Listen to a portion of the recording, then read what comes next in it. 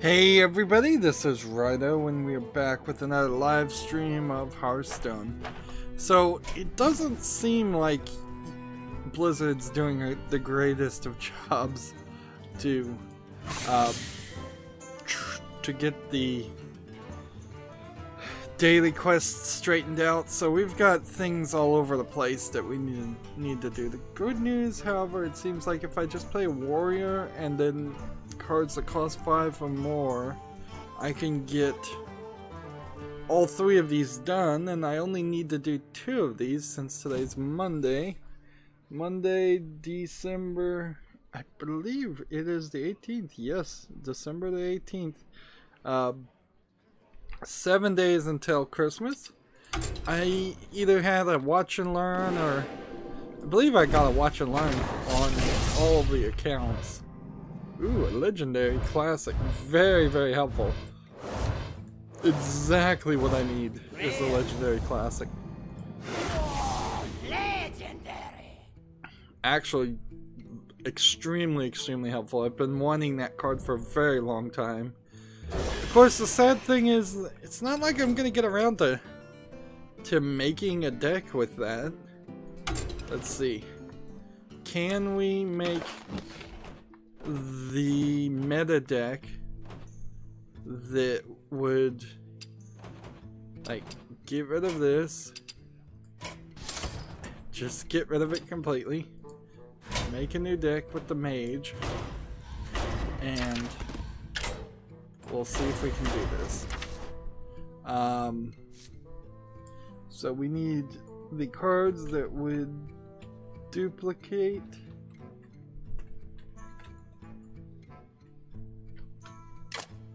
Let's see, duplicate. When a friendly minion dies, put it in there.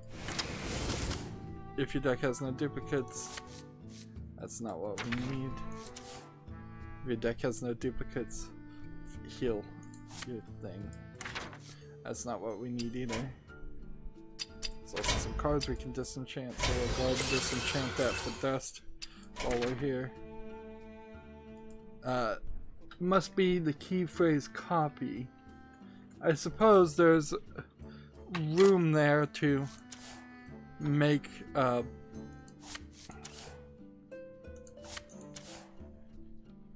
here it is. Here's the card that we would need 100 dust to create another one of, so we don't have that. And then moving on, we need the, I suppose I could have just downloaded the code to make this deck. You've seen it played before, certainly, where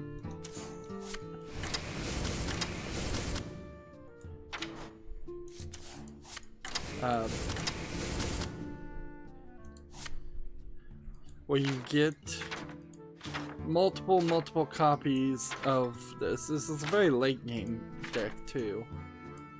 Multiple copies of this character on the field to reduce the cost of the fire blast to the point where they're 0 mana, and then in one turn you can save yourself. And to kind of succeed at that, you have to also have the secret that makes you immune to keep you alive.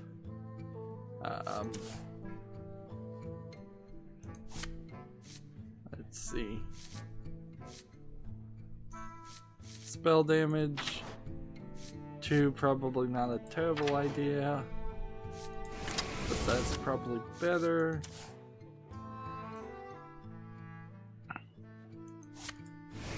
Interesting, I'll take that card.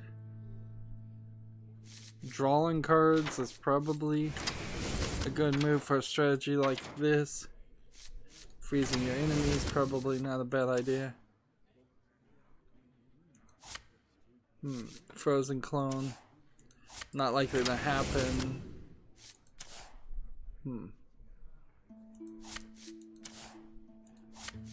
Secrets that cost 0. We'll take that. Vaporize is probably a little bit better than Secrets that cost 0. Because this deck certainly does build around the idea of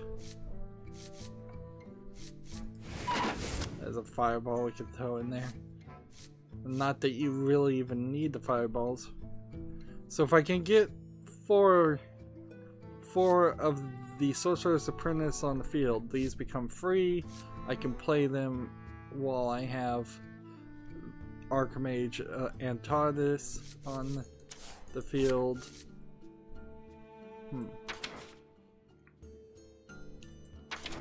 And let's see, is there really anything more to do?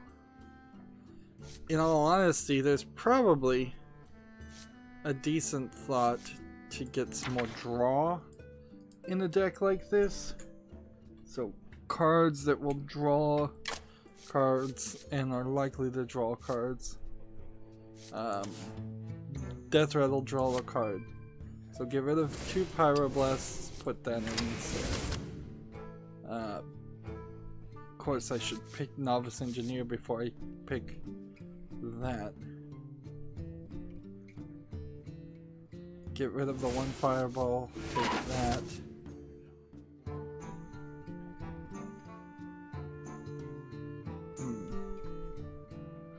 I want to keep Explosive Ruin. So we'll get rid of one of these. And then we'll get rid of another one of these so we can do this. I need a second one of these and I don't have enough dust. And I don't think it makes a lot of sense to get more dust that way. And then there's some more room for like drawing cards.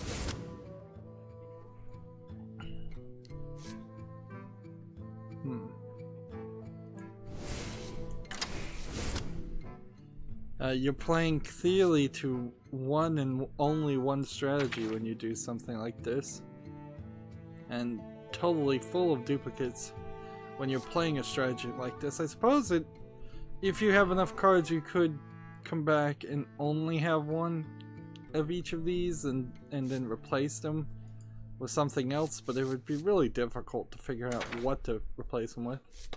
And when we look here, this is just a bunch of mage cards and not too much mages and spells. If we convert this to standard, the duplicate and the Firewalker are the only 2 things that make this a wild deck. So I'm just gonna call this meta to start off with, and we're starting on a weird way because I got a legendary. That really has nothing to do with playing warrior class cards right now. But I do kind of want to also try that out, but we'll do that later. Warrior. We have a weapons deck for warrior, and we have enrage armor for warrior. Let's just, I suppose, play the weapons deck. Might as well play ranked. Might as well play standard. And let's begin. Now, news-wise, it's not like there's a ton of news. So I suppose that added a few minutes of us streaming for no reason, just to rebuild our deck. We have that 40 gold quest to play cards that are 5 or more. Those in particular, I suppose don't. That quest may get traded out. Now that I look at it, it seems like there's more neutral pirate cards in this deck than I thought. So this isn't even a good deck to play warrior cards. But I do need victories too, so let's play this and see if we can win. Here's a video that says from Gematsu, or Gematsu. I never know how to pronounce this site. Gematsu.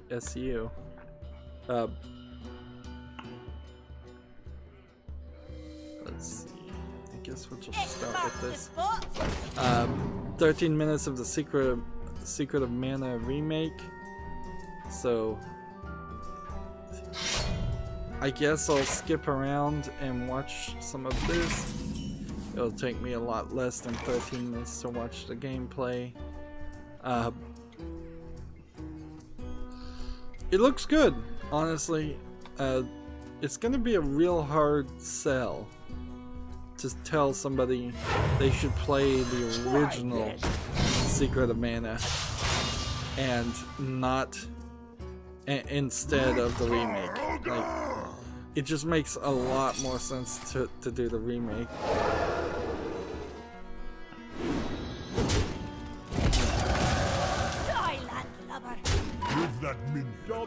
Interesting.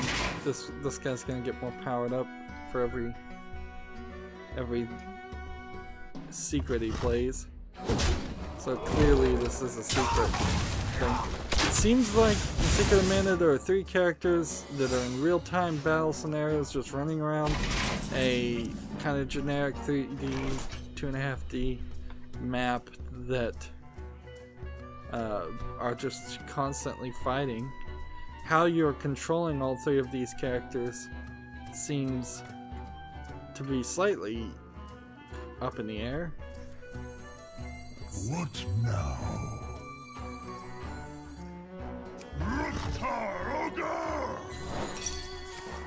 Like, I can't really do anything other than just continuously play weapons.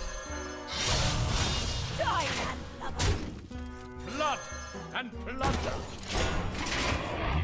This is at its maximum already. Yeah, you really don't need 13 minutes of this gameplay footage. It's literally just people running around in circles. You could have made 60 minutes of this style of gameplay.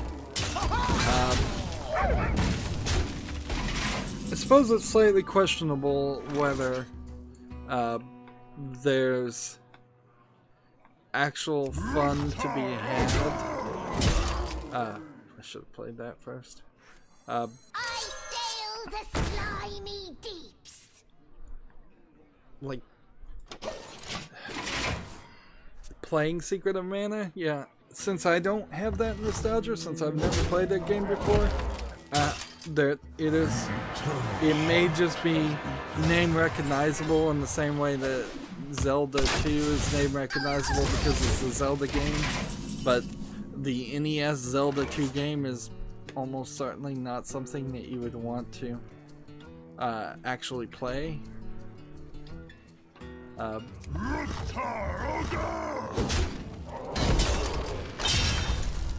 Let's see.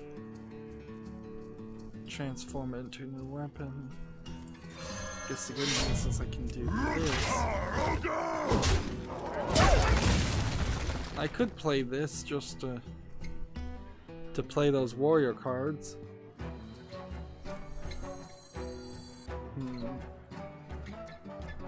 I don't see a reason to though.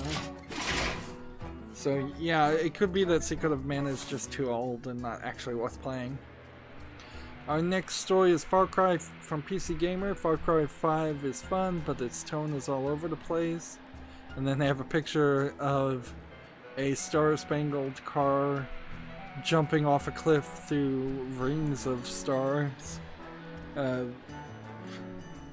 Which seems pretty different from the trailers we've seen where it's a like isolated city that's been taken over by a cult.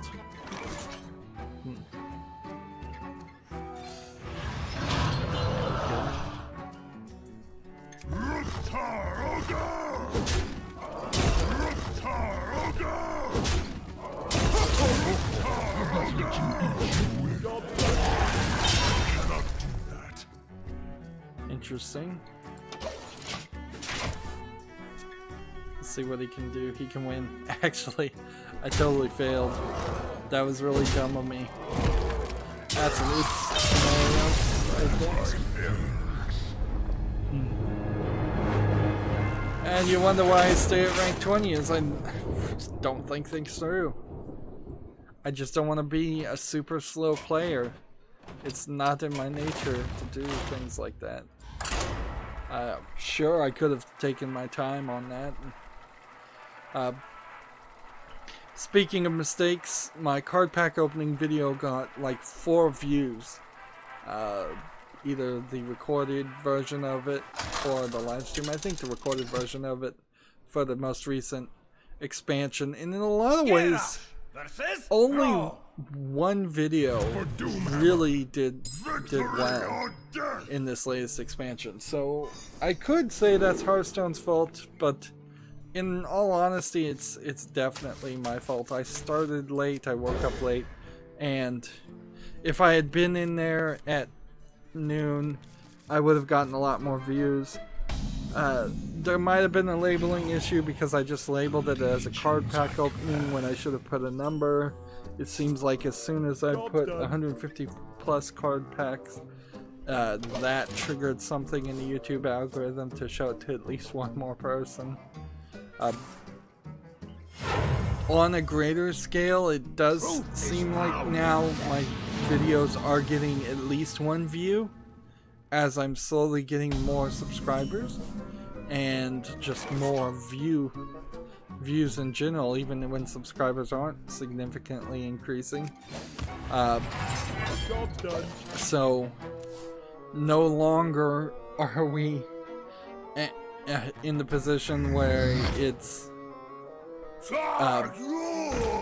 I'm putting out pre-recorded footage every single day and for months and months on end, like it used to be that no views would happen on any of those videos. Now, I really don't want to and don't feel like I should have to give up on that old footage.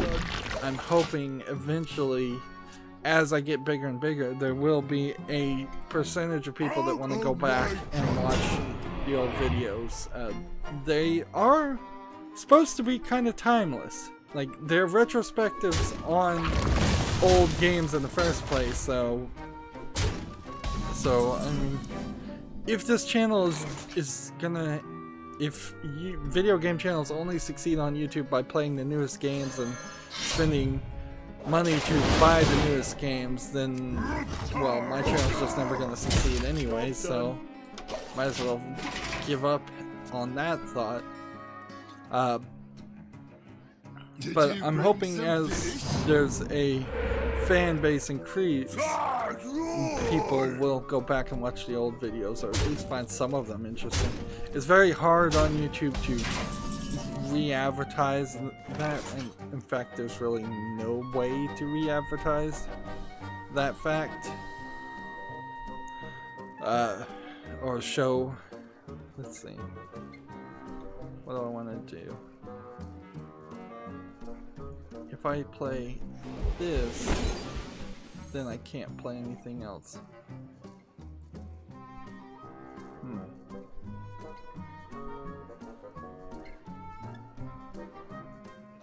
If I play this, then I can kill something with a 4. So let's do this. And then do this. Job done. Then you turn.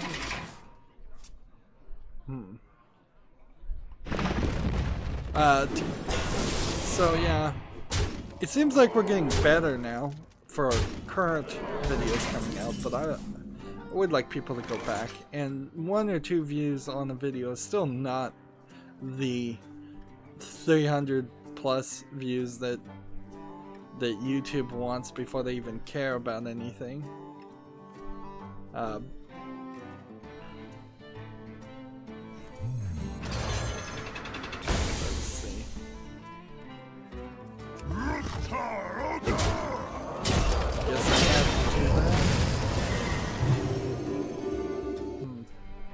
But that killed me too. Wow, I am really sucking today. No surprise. The good news is I can cheat this, so it might behoove me to leave the Americas account completely, and not even. Maybe I shouldn't even start on the Americas account.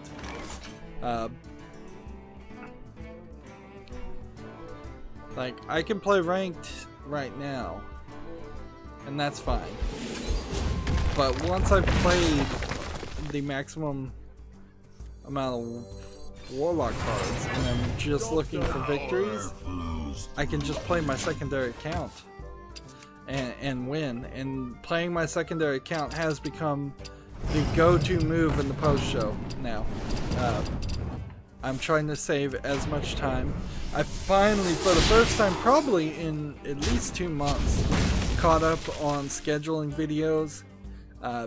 This is putting me close to March with everything. Everything being a relatively...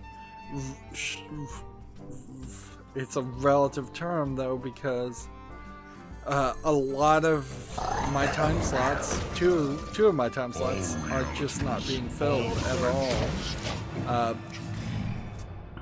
So the kids time slot before the point-and-click adventure time slot, I stopped doing that, and the 7 o'clock time slot, I stopped doing that. On top of that, for next year, everything is just going to 30-minute episodes, so that puts that makes series much longer. So a series may go for two months, 2.5 months. My goal is to rather quickly, somewhere around halfway through 2018, to have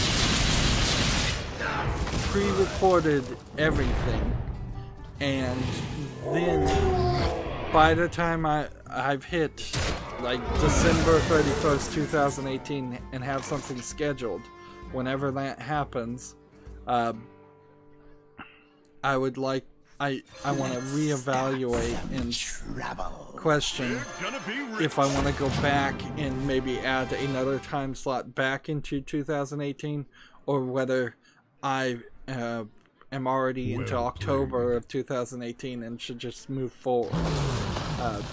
Having a year or two even of pre-recorded footage doesn't really sound like a terrible idea, but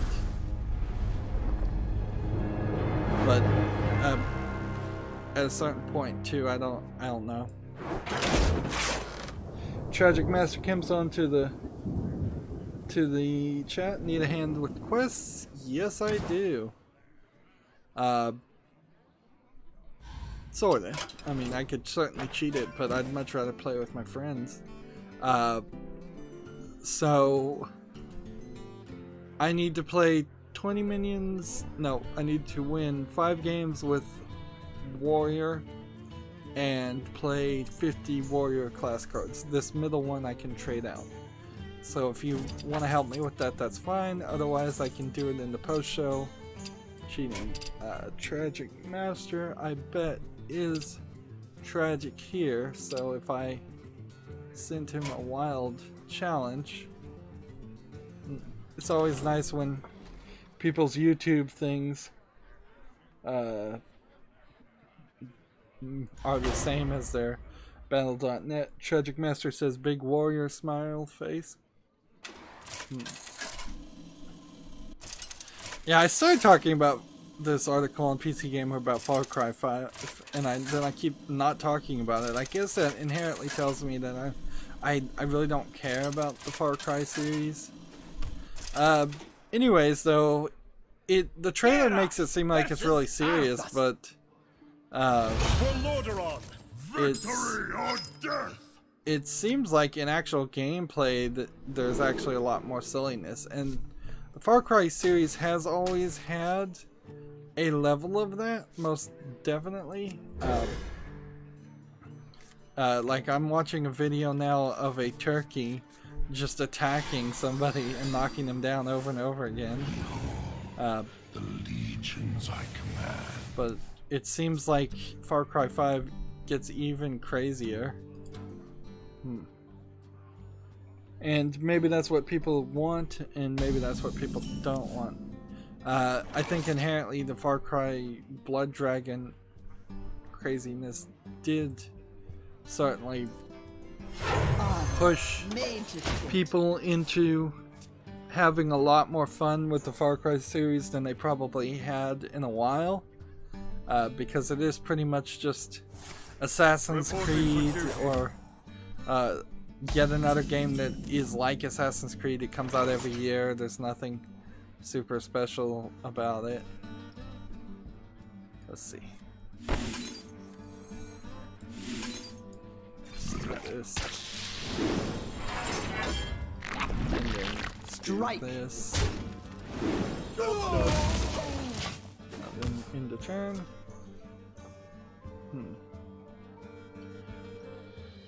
So yeah, with Far Cry 5 being pushed back, though, it is worth. If people work on it and make it more of a interesting offer, there is a lot of room for improvement. Let's see. After you play a minion, deal 1 damage to it. I feel empty inside. And then that. And then that. Tragic Master says, I play it slow so you can get those big boys out. Thanks. Yeah, I do have a decent amount of things. Yeah, I'm gonna go through the news rather quickly. Being the weekend before Christmas, practically, there certainly isn't a lot of announcements. We were past the point today, yesterday, the day before, were kind of the cutoff points in which you could mail anything or have anything delivered. If people are doing any last minute Christmas shopping, I bet they're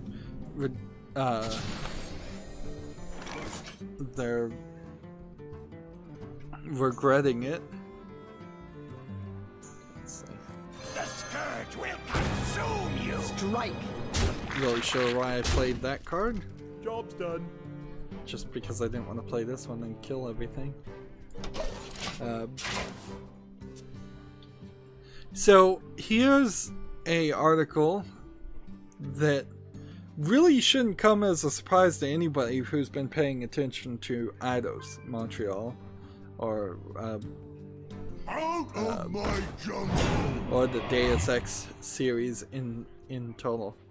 Deus Ex: Mankind Divided clearly, unabashedly has leaked out the fact that the parent company, I believe Square Enix, that runs Eidos Montreal, maybe I'm wrong about that, forced the upper management forced the creators of Deus Ex: Mankind Divided to have multiplayer, to have Your torture will continue. let's see, to Strike. have, I believe there was microtransactions in it. That they also, remember, Mankind Divided had the horrible pre-order, choose one of 3 different pre-order bonuses, you can't get all of it unless you pay 3 different times scheme, that they had to backtrack on it. There's been a ton of upper management interference for Eidos and the Deus Ex series. And the person in charge, the upper management of Eidos Montreal, has come out and said they are now going to focus on online gaming, which is kind of what they've been pushed and forced into anyways. It is definitely not what the creators of Deus Ex: Mankind Divided want to do, or the Deus Ex series want to do, or who are also, by the way, the creators of Thief, but Thief is never coming back, so forget that. Like, there's clearly no skill or interest, one or the other, in... I suppose I could have just attacked instead of playing the card. But I guess I need to play the card, so might as well do it.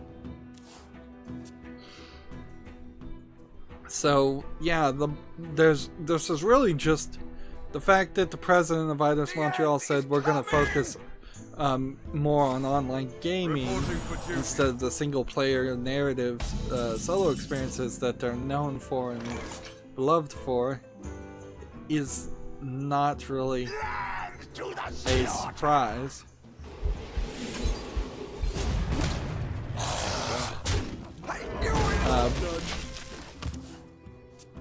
So it's kind of just like a no duh.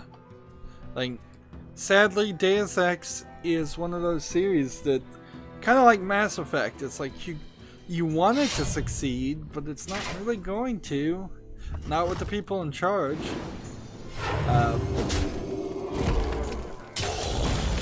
Right now, Eidos Montreal is working with the Avengers title in partnership with Crystal Dynamics, which was the Crystal Dynamics is the people who made Rise of the Tomb Raider, so they're not working on a Tomb Raider game.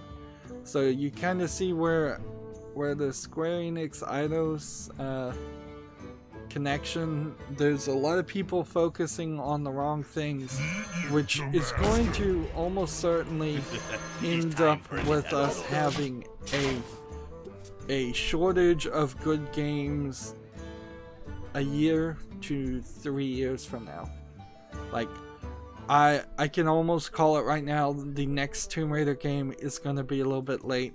I'm playing Rise of the Tomb Raider right now. It also has the exact same problems that Mankind Divided had in it. It has a forced multiplayer. It has a skill system that requires you to grind in the solo player to level up and get these skills for no reason other than to make it feel more like a multiplayer game.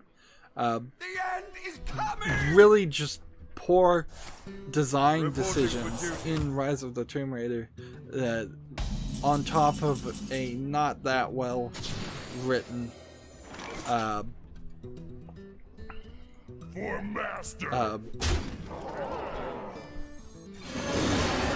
It's not a very well written story, at least so far. I'm almost finished with Rise of the Tomb Raider, and I'll be glad to be done with it because I've spent probably 24 hours playing a single player experience for a game that should have been closer to 15 hours. So when you're in this position as a consumer and you just know that there's this kind of bad company that owns your favorite product, it gets down to the hard decision a consumer has to make when you just have to say, I probably shouldn't buy any more from this series. You probably shouldn't buy any more Mass Effect series until people learn their lesson and make a good one. You probably shouldn't buy any more Deus Ex games until they learn their lesson. And at the very least, you probably shouldn't buy it in the first 6 months, but they're right now selling on Steam Homefront Revolution, which was an awful game. Buggy, full of problems, just not fun in general from what I saw on reviews. But I'm sure there's probably some account somewhere that makes the argument that the long tail sales of Homefront Revolution were good, therefore we should continue down that path. Because if the management wants to do something, they'll find any excuse to do it. So should you buy Homefront Revolution while it's on sale? Well, Humble Bundle just recently gave away Homefront 1, Revolution being the sequel to that, for free. No, you really shouldn't. Not even now. And Homefront Revolution came out at least a year ago. I think you have to institute a lifetime boycott. And I will not get into the ethics, I suppose, of whether your lifetime boycott includes stealing the game or not, but you know, frankly, if a bunch of people pirate a game out of boycott, that's still probably, it could just be used as a data point to continue development in the wrong way. It gets to a bigger argument, and it's an economic argument that there just shouldn't be big companies. Like, clearly, if it wasn't for the fact that there were stockholders demanding more and more profit, we wouldn't have more and more microtransactions and more online play, which were the microtransactions of the old day. Was to have an online play to force people to maintain and hold games so they don't go to GameStop or some other store and resell them and get some money back.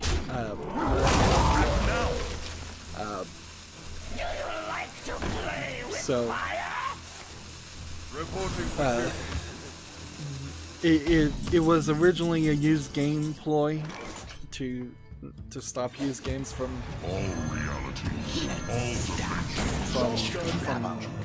entering the market, but now it's just about microtransactions. Yeah, if there weren't big companies and companies didn't have stocks, then the CEO of iOS Montreal right now, the person in charge, would not be saying what he's saying, which is that they're going to focus on online gaming. Because clearly iOS Montreal doesn't have any experience or skill in that realm. They just don't. They're known for single player experience.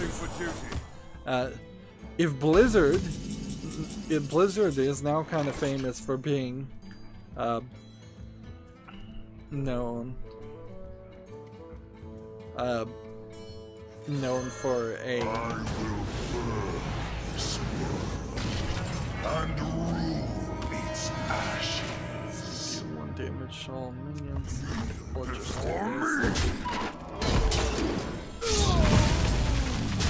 like, yeah, I could understand Blizzard saying we're known for online games. Blizzard's games are about 50% now online. When you think about Heroes of the Storm, Hearthstone, Overwatch, and StarCraft is 50% off online and 50% gameplay. Diablo is kind of online too. So if Blizzard came out and said we're only going to focus on the online part of our games, it would make sense. But iOS Montreal?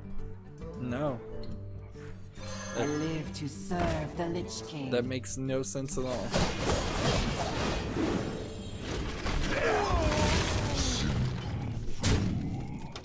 Let's see, let's move on because that was a bit of a rant. Although ranting is not a terrible thought right now. Dinosaur Games made a proof of concept visual that they submitted to Sega for a new Jet Set radio, which, according to this image, they were pitching it as Jet Set Radio Evolve, and you know, it doesn't look bad at all. I'm not sure if Jet Set Radio is actually a series that would succeed in modern day. I've watched some people speedrun it and go through it, and I've thought about playing it myself on PC, but some of the actual just mechanics of the game and how it handles don't look great. But almost certainly if you were going to make a new version of the game, you could work to improve that. And the idea of having a skating game with the ability to spray paint people is not so odd that it would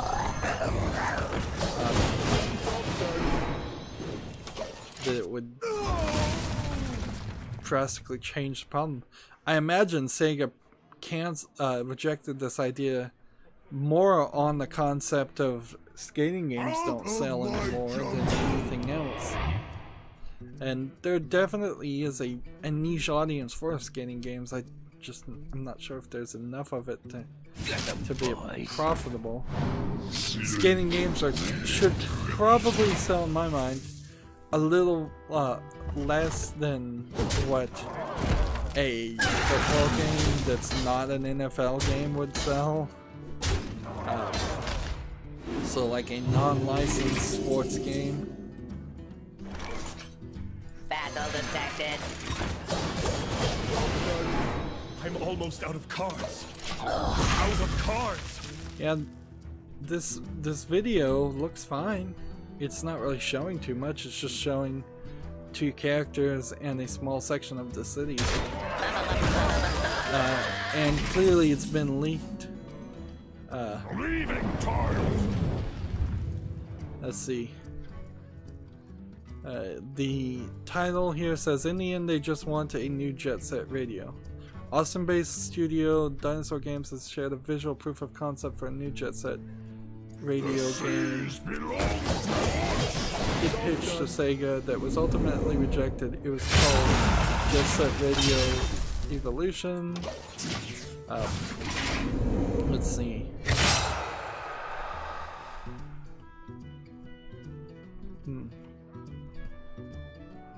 Let's see. They said they spent a week of animating and building a city for the presentation, which was ultimately turned down by Sega.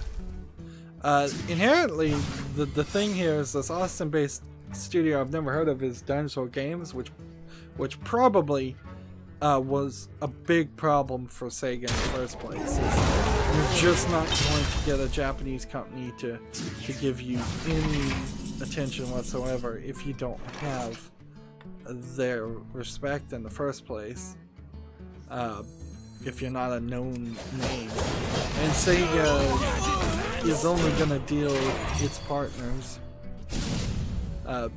The other issue is it's kind of stupid. You could have easily just made a game sort of like Jet Set Radio, not use the name, and I imagine that's what they're going to do with this, is just translate this into a different game that's slightly not infringing. It's not like Sega can really hold the copyright for a game where you skate and a game where you graffiti things. Jet Set Radio in particular has a slight problem in which it gets potentially rated higher in some countries for encouraging illegal activity of graffitiing,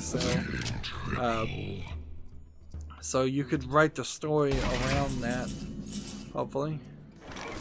On Twitter, he shared some more information. The Dinosaur Games, one of the workers shared things. The pitch was for a new game. I have an idea for the combat in my head that I think would work perfectly for this game.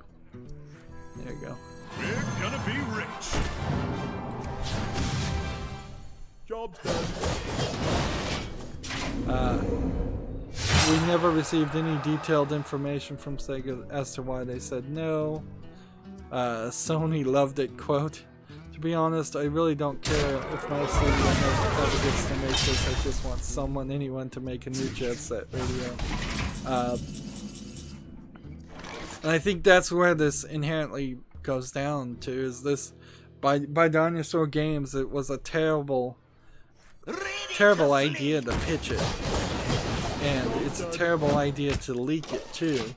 If I was a different company now, let's say I was Gearbox. Gearbox is in Dallas, Dinosaur Games is in Austin. That's a few hours drive difference, but not that far away on the Texas scale, in the United States scale at least. If I was Gearbox, if I was Randy Pitchford, and I had seen what they did, I would blacklist Dinosaur Games right now. I'd say, I am no longer, we're going to reject any pitch they make out of hand. We're not going to look at any of their work because they have loose lips, and loose lips sink ships. Quite literally. Like, people in the video game industry pitch and get rejected all the time. The thing that's unprofessional and unacceptable is to then go to Twitter and show the work that you pitched. Say Sega in a year did want to hire Dinosaur Games to make a new Jet Set Radio. Well, now they probably there's a lot of thought that they would leak more information, or that they would when it finally got announced that Dinosaur Games was making this Jet Set Evo, people would just assume that it's been in development this whole time, so people are going to be very frustrated when they say it's 4 years off, particularly if you announce it's 4 years off 4 years from now.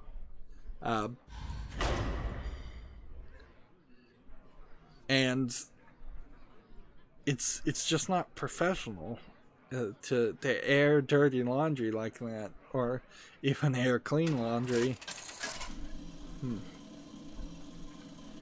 So yeah, I don't expect too much for Dinosaur Games. The one thought here is we could Google search Dinosaur Games, and because it's such a generic name, I can't even find it. Your soul shall be mine. Victory or death. Like, because every time I type in Dinosaur Games, all I get are games involving a dinosaur that kids would want to play. Let's see.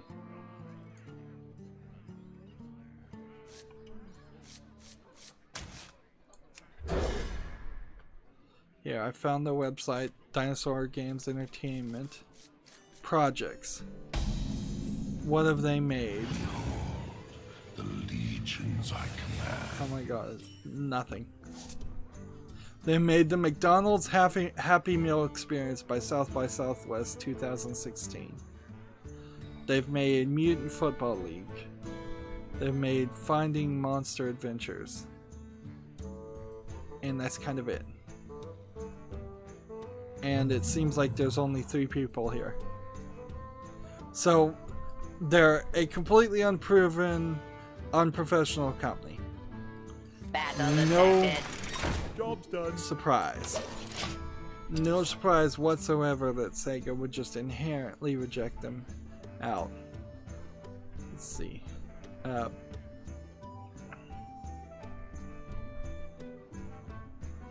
The Mech Knight Chronicles is the only thing that Giant Bomb says that they've created. Like, the first thing that even shows up is their LinkedIn site. Not even their main page. Their own website is below their LinkedIn. Back to work. So then you get down to a point where you're almost wondering if this was even news. I suppose it's news, but it's news that should be reported in a different way. It should be reported that this tiny company that hasn't proven itself thinks it's ready for the big leagues to remake and continue a game that no other company has been allowed to do. Made to fit. And almost certainly if Sega did want a better version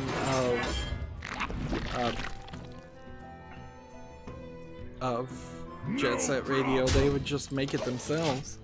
Tragic Master says Mutant Football was pretty awesome. Okay, I didn't play it. So yeah, maybe they are great for the one game they've made, but that's not going to mean anything to a Japanese person. You have to be proven. You have to have been doing it for 20 or 30 years. Japan as a country has this whole style of running businesses where you don't even get from senior to upper management until you're 60, 70 years old.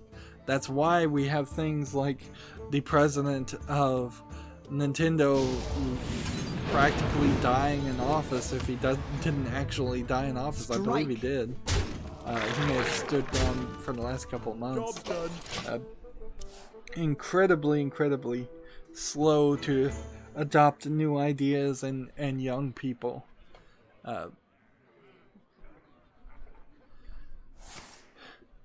So, yeah. There's a much better way they could have done this. They simply should have just not called it Jet Set Radio and just made a game and released it and then waited for the lawsuit and defended it. That would have gotten them more attention in the first place. This game is the spiritual successor to Jet Set Radio by Dinosaur Games. Should have been the thing that the title of the news article, and they should have just released it on the stealth.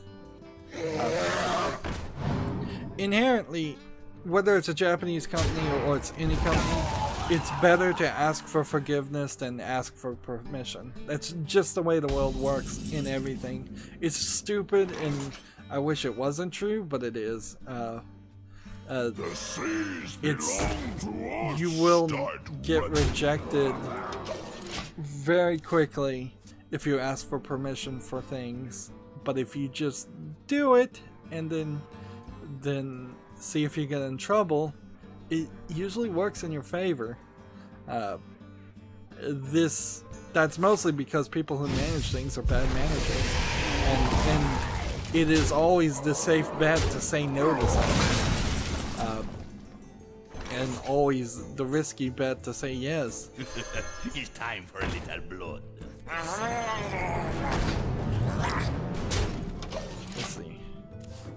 PC Gamer has an article called Hearthstone Dungeon Run Bosses Ranked by Their BS. Let's see what the ranking is. Number 5, Azari the Devourer. Let's see. I think he's the one that destroys your cards. Next one is Exai the Unscathed. I believe he's the one that does 2 damage to every card. It's hard to, without reading all of this. All I can really read is the names. Vastrazi the Ancient is the next one. He seems to summon creatures for free. The Darkness is the next one. And then King Togwaggle is the number 1. You're so sweet. I haven't gotten back into actually playing any of the dungeon runs. There's just really no time for it.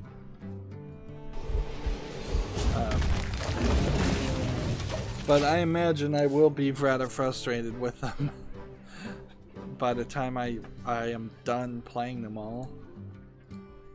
But then you don't really have to play them either, so have fun with them while you're having fun with them. Play them for a little bit and then do a dungeon run every now and then come back a month later. As long as they don't get rid of the dungeon runs, which I doubt they would do for at least the next 2 years. You've got at least 2 years to play of it. Play with it. Next article we have, Obsidian came out specifically and said no microtransactions of any kind are in their new RPG. Despite the fact that Take-Two is sort of involved in that it's being published by their new independent publishing division called Private Division, and Take-Two has come out and said that they plan on putting microtransactions in every single game going forward. This is inherently the problem of people speaking and saying anything, but they have to say things at the shareholders meeting to convince the shareholders to continue buying their stocks and not sell it and lose the company the fake valuation that it has.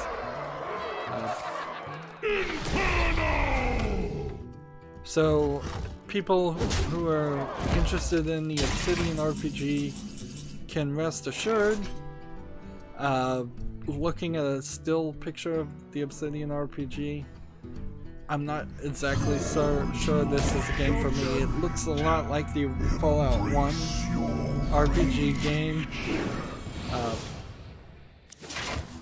that might just be a little too zoomed out for me. And it may just have too much dialogue.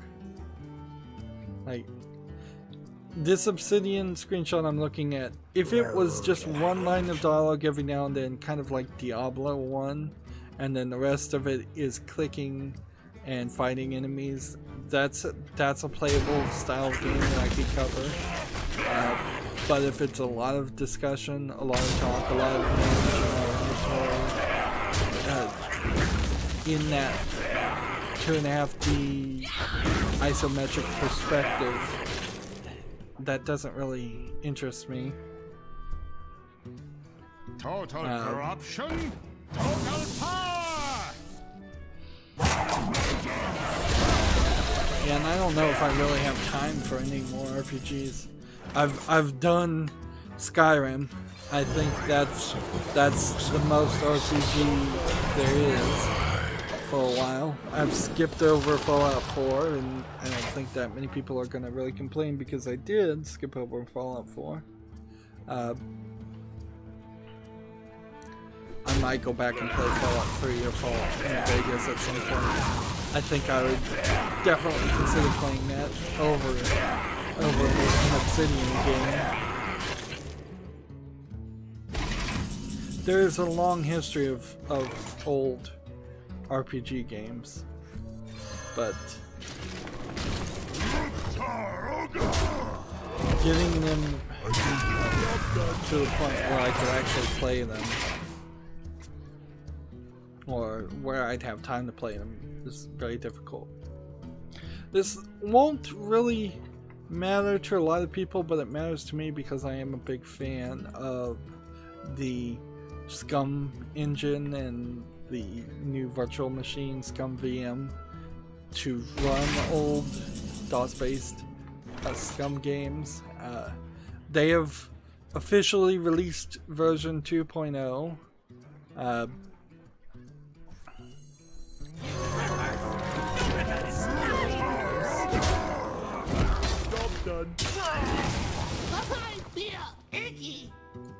So with Scum VM 2.0, they've really started to spread out and cover games that really aren't on the Scum engine. Yeah, for the most part, they've finished all the Scum games and gotten them all to run perfectly, or as good as they probably ever will run. And so now they're moving into Sierra games, and so there's a ton of 32-bit Sierra adventure games that they now with 2.0 support. And usually for Scum VM, when they say they support something, they really mean it runs pretty perfectly. So the games are Cranston Manor, Full Pipe, Gabriel Knight 1 and 2, King's Quest 7, King's Questions, never heard of that one, Leisure Suit Larry 6 High Res, Leisure Suit Larry 7, Lighthouse, Mixed Up Mother Goose Deluxe. A lot of these are probably not worth even remembering in these days.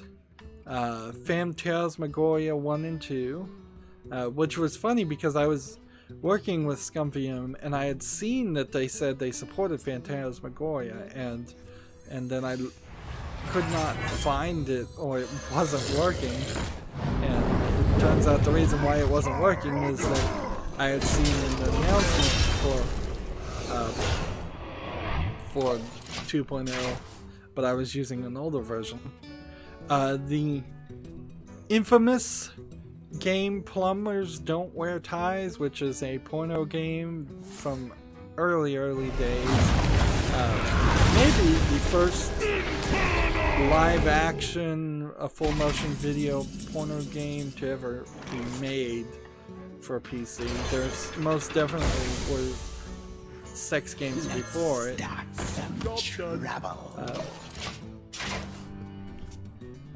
Police Quest 4, a game called RAMA, I'm not sure what that is. And then Riven, the sequel to Myst. Riven, the sequel to Myst, specifically, I do not believe is using the Sierra engine.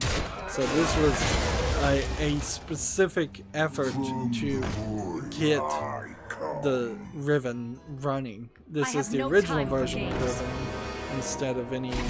There may have been 2 or 3 remakes of Riven. There was at least 5, I think, remakes of Myst.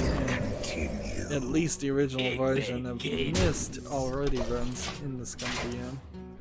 Does it run any better than DOSBox? I'm not really sure. It probably does. At least the thing about the ScumVM community is that they seem to have more people interested in it, and they seem to continue to work on things, whereas a lot of other virtual machine emulator communities have barely one person working on it. There's bugs that go unfixed for years. Projects get abandoned. People don't care about it.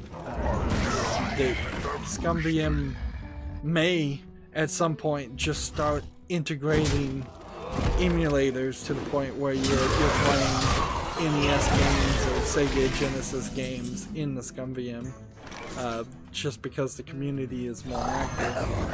Of course, bringing in different communities could also cause them a lot of trouble, because with every new community is the potential for new drama. Next game is called Shivers, never heard of it. Space Quest 6. Starship Titanic, never heard of it. The Dark Crystal, that may be based off the Jim Henson movie did Dark Crystal. Time Zone, never heard of it. Torrance Passage, never heard of it. And Ulysses and the Golden Fleece, never heard of it.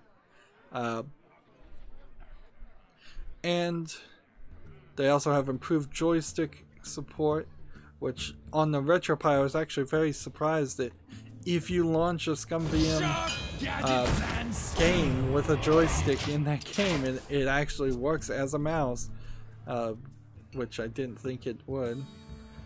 Improve the overall audio and video systems. And various small enhancements suggested by other users. We could look at the complete release notes. And then they list all of the code contributors, and there's a list here of at least 50 people.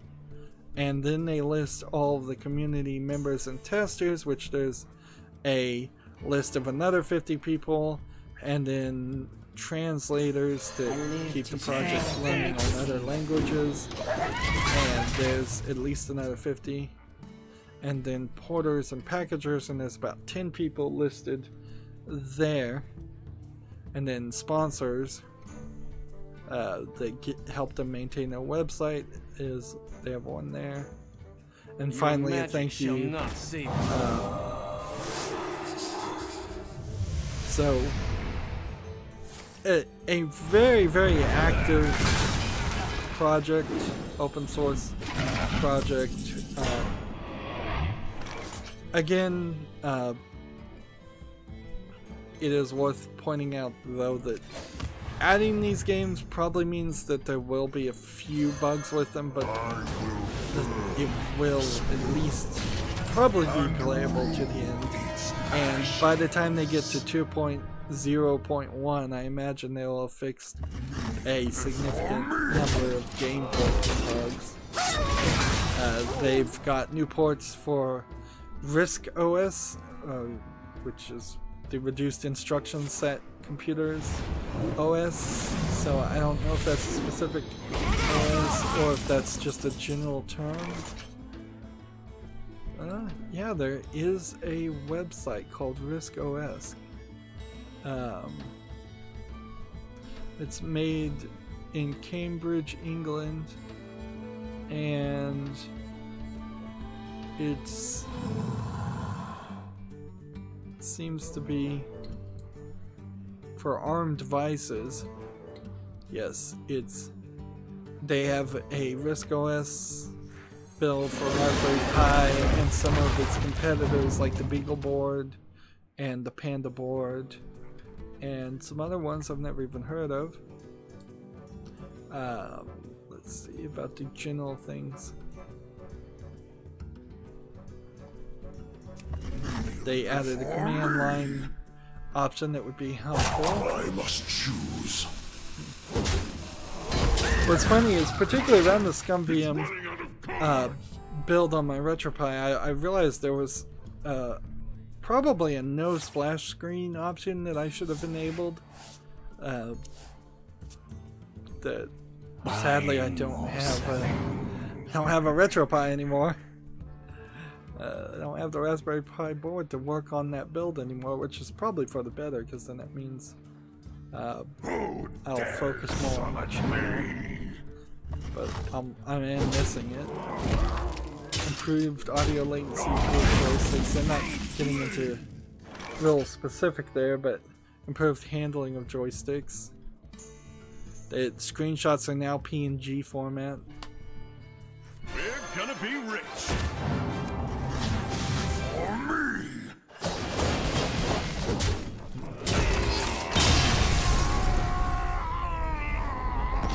The seafood is generally worth mentioning. There's a lot of improvements specifically for one game. How have I managed to not get either of the quests that I wanted to get done, and yet I've gotten all of these things? Tragic Master says I'm going to have to run after this one, but it was fun catching up with you after my 2 months break.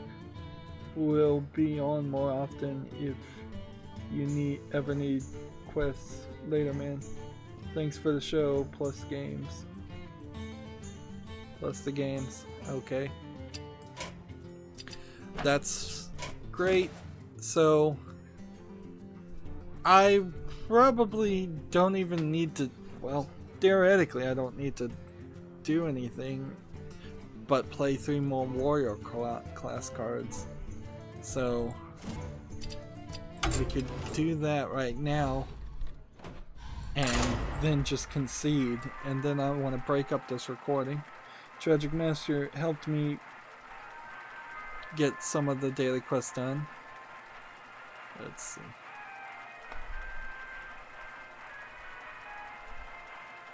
The Mac OS port for ScumVM got an improvement on picking the MIDI device. Yeah, not a ton of upgrades, but it is interesting and nice that they got to a 2.0 version.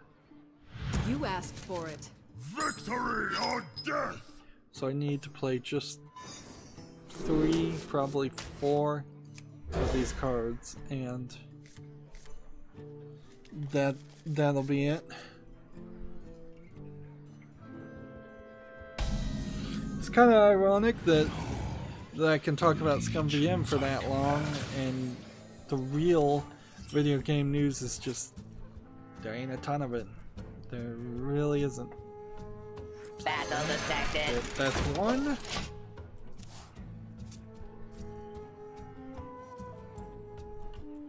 Actually, I should have played this first. That's 2. Battle commencing.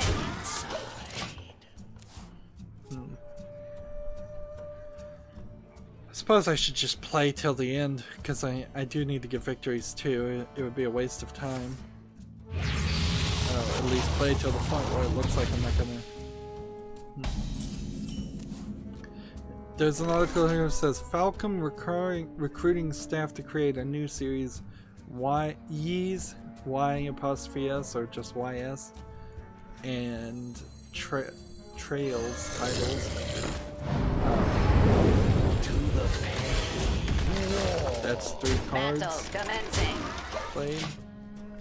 So Falcom, I suppose, is not a company that I'm super known with, but we can expect some new Yeez games and Trails games.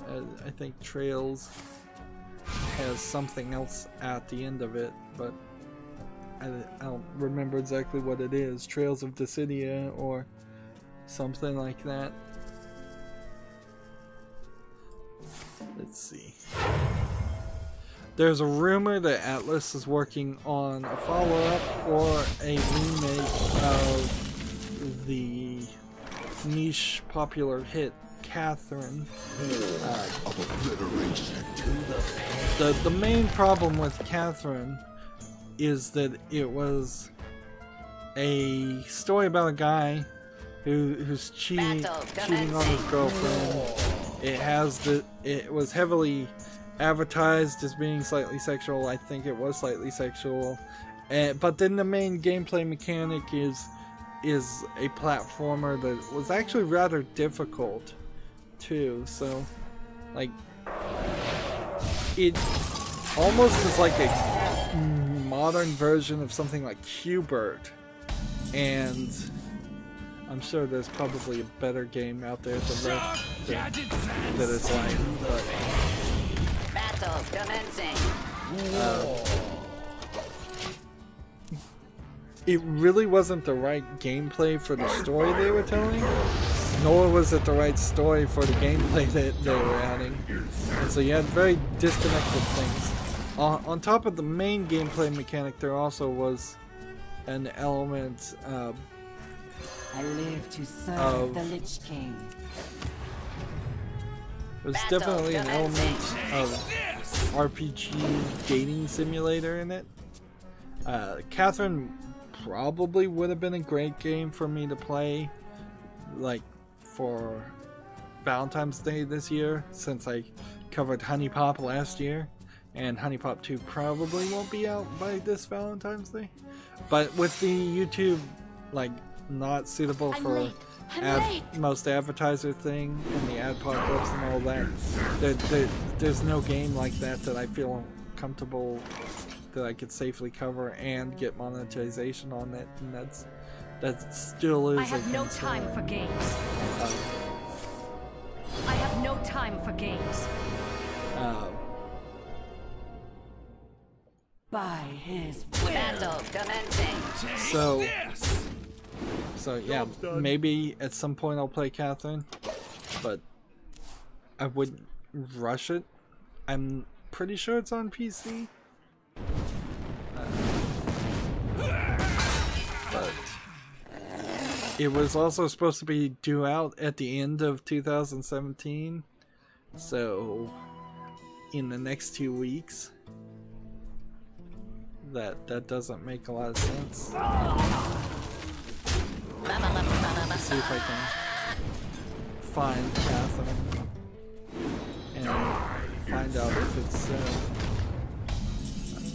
if it even came to PC. No, it's not even on PC. It would be an Xbox 360 or PlayStation 3 game only, so I couldn't even play it if I wanted to.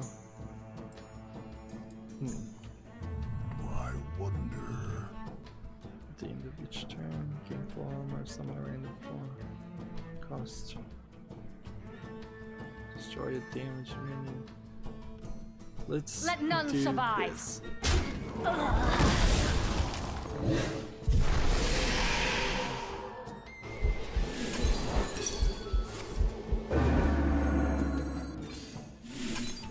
Job's done.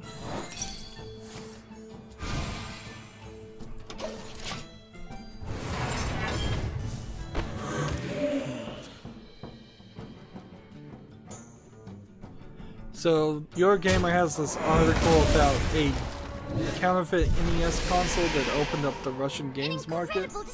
It's called the Dindy, D-E-N-D-Y, and does look like a counterfeit NES that I imagine came out sometime. And it says December 1992 by a Russian technology company. And I imagine it might have just played NES games. Maybe or not. there was certainly a lot of unlicensed games that would play on the Nintendo Entertainment System because there really wasn't encryption or security on it. And you'd find games that say absolutely not for use in the Nintendo Entertainment System, but there literally was no other thing to use. That being said, how open is the Russian video games market? There, off the top of my head, are no well-known like AAA video game developers in Russia.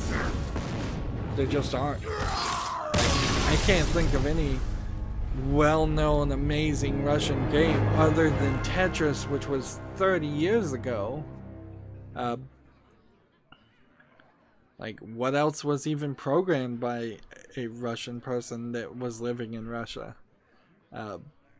There's probably been some Russians that have come over to the United States or gone to Japan and made games, but that market is not open, and that is something that other countries such as China should take as a message, as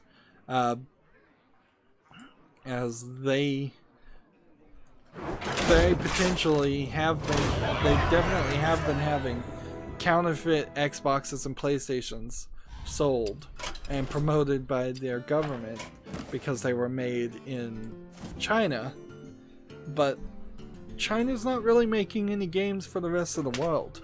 When they make an online game, it's only playable in Chinese language in China, and it never goes any further than that.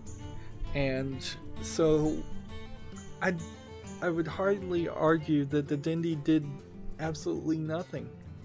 Piracy is still extremely common and often the only option in Russia too, so it's not like people are selling games in Russia. Poverty is also very bad in Russia, so it's not like people could afford to buy games in Russia. So at least that's my understanding of the situation.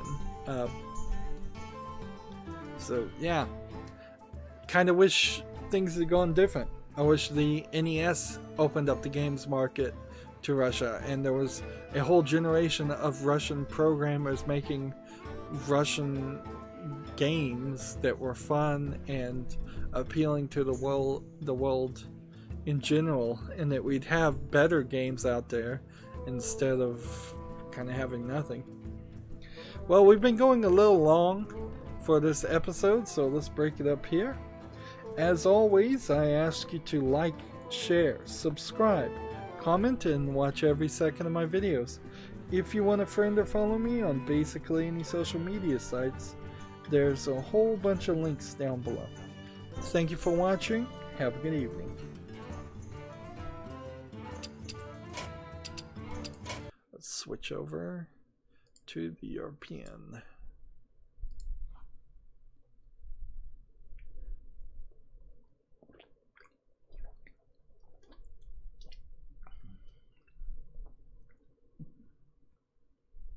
Welcome back!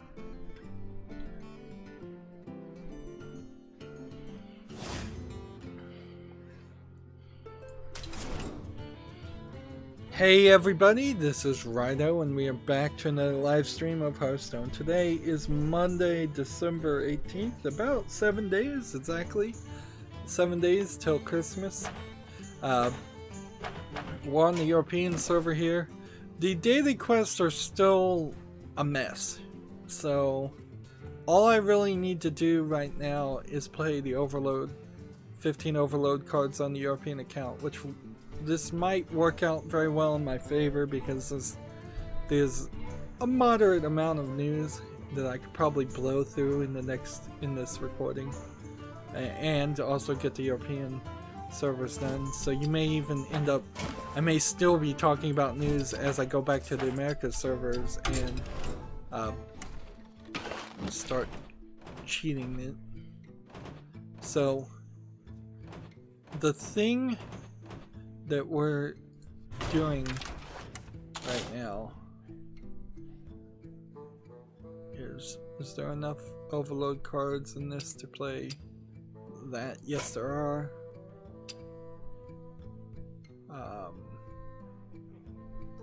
Did I disenchant a card? I guess I did. Alright. So let's find something that overloads.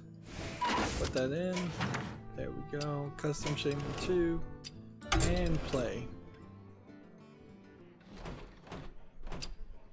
Custom Shaman 2. Here. Might as well play ranked. Standard. So, Dissidia Final Fantasy NT open beta has been detailed. The open beta will take place from 1800 to 2300 Japan Standard Time on December 23rd and 24th, December 30th and 31st, and January 6th and January 7th. Those are very unlikely to be played days, I would say. Maybe, maybe not. The thing I don't fully understand, and I imagine this is Japan only, so it may be an open beta in name, but I imagine they would not prefer you to play if you're around the world, but I'm just guessing that. The thing is, there's already Final Fantasy 14, which I believe is the online one, so I'm not sure what the deal with having a secondary online game in the Final Fantasy series. I'm not sure you can handle two audiences like that. Maybe Final Fantasy 14 is, it could be 8 years old by now or more, so maybe it's just getting long in the tooth and it's time to replace it. But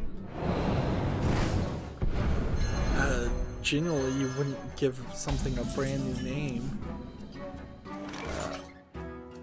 As far as the screenshots, it looks like just all the classic Final Fantasy things.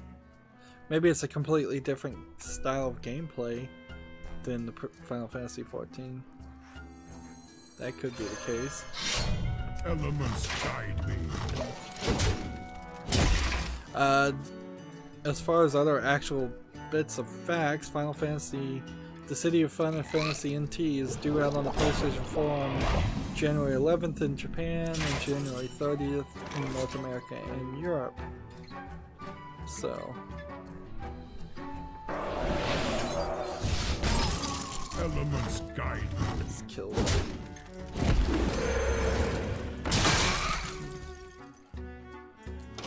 There we go.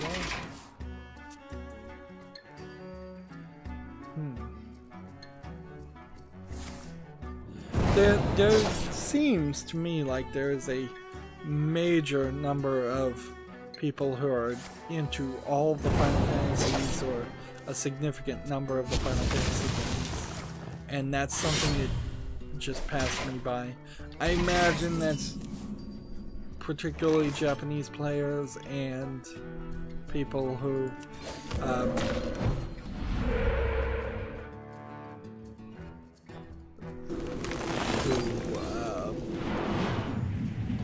Elements guide me. who had only PlayStation systems. Like, I could totally see if you had a PlayStation 3 and a PlayStation 4 in particular, you were very limited on games you could love and have as a nostalgia for. Frankly though, if you only had an Xbox 360 and an Xbox One, you also would be rather limited on games you could love and have nostalgia for. You really, in my opinion, need the Sega or the Sony Dreamcast. No, it was a Sega Dreamcast.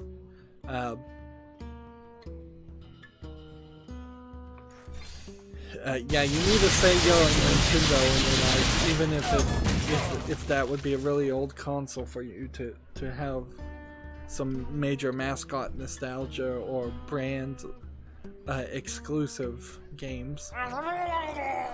Moving on to the next story, DX2 Shin Megami Tensei Liberation has been delayed to mid-January in Japan. I don't think I've even heard of this game. This is a Sega game, and I'm looking at all these characters, and I haven't seen anything about this, which is crazy because I see things about things all the time. This looks like this might be a cell phone card battling game. Yeah, it's for iOS and Liberation. That's why I haven't been paying any attention to it. Let's see. Bandai Namco has announced 2 new Switch games, which is cool. Elements guide me. I already stand. Oh, I didn't. Turn. My hand is full. Neither of which are Dark Souls ports. So 2 new Switch games are coming out. They are Pac-Man Championship Edition 2, which is definitely a good game to port to the PC, although Pac-Man Championship Edition DX of 1 is a much better game, and Championship Edition 2, if I'm recalling correctly, was actually quite a disappointment. So that is something to keep in mind.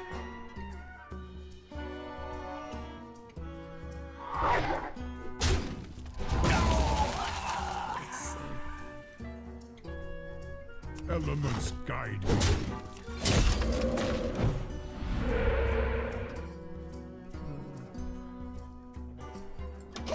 Could have done this and silenced this guy, couldn't I?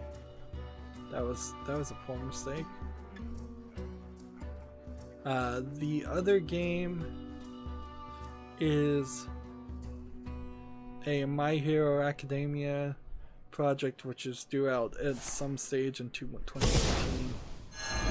So Bandai Namco might be rather limited in their resources these days, to the point where they may not have enough employees left to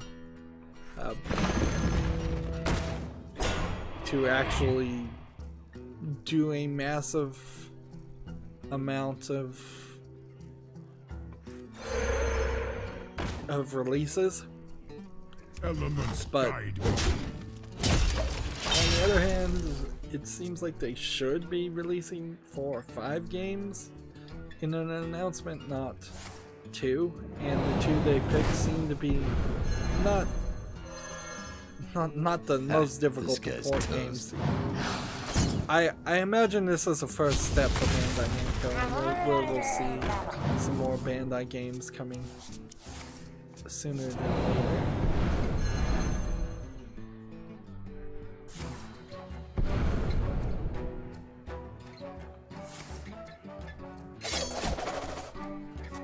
The Brotherhood shall prevail. Thank you. My hand is too full.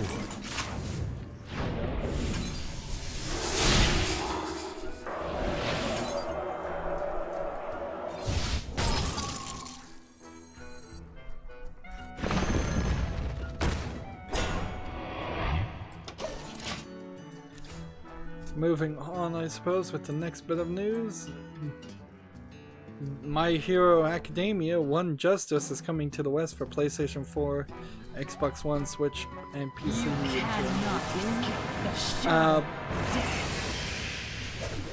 Like, I don't think My Hero Academia is going to be a new Dragon Ball, and even Dragon Ball is hardly a game that's worth playing as a YouTuber. It doesn't stand out as a fighting game. My Hero Academia is a fighting game thing.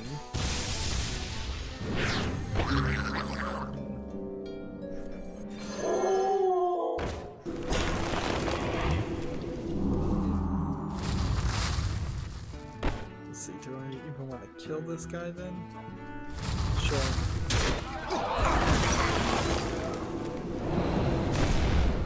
Do that. Yeah, Job's done. so yeah, I just watched the trailer for the My Hero Academia game, and it doesn't show any actual gameplay. They say in the article it's a battle action game.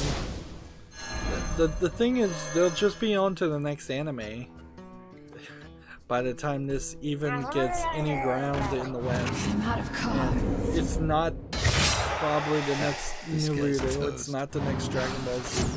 Even those probably wouldn't succeed in modern days.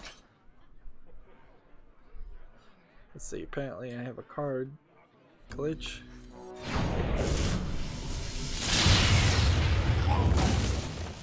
One for each totem I'm summoning this game.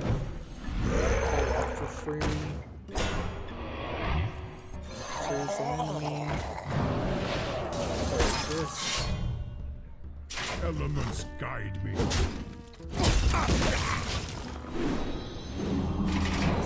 Moving on to the next article. This is just more details for the Pac-Man Championship Edition. I was watching a video explaining how each of the ghosts in Pac-Man are programmed to work, and this card is actually a horrible card to play. Unless, of course, you do something like what he just did. It does the massive things, but you can just do this and for 5, and so it wastes 5 of your mana for 1 turn.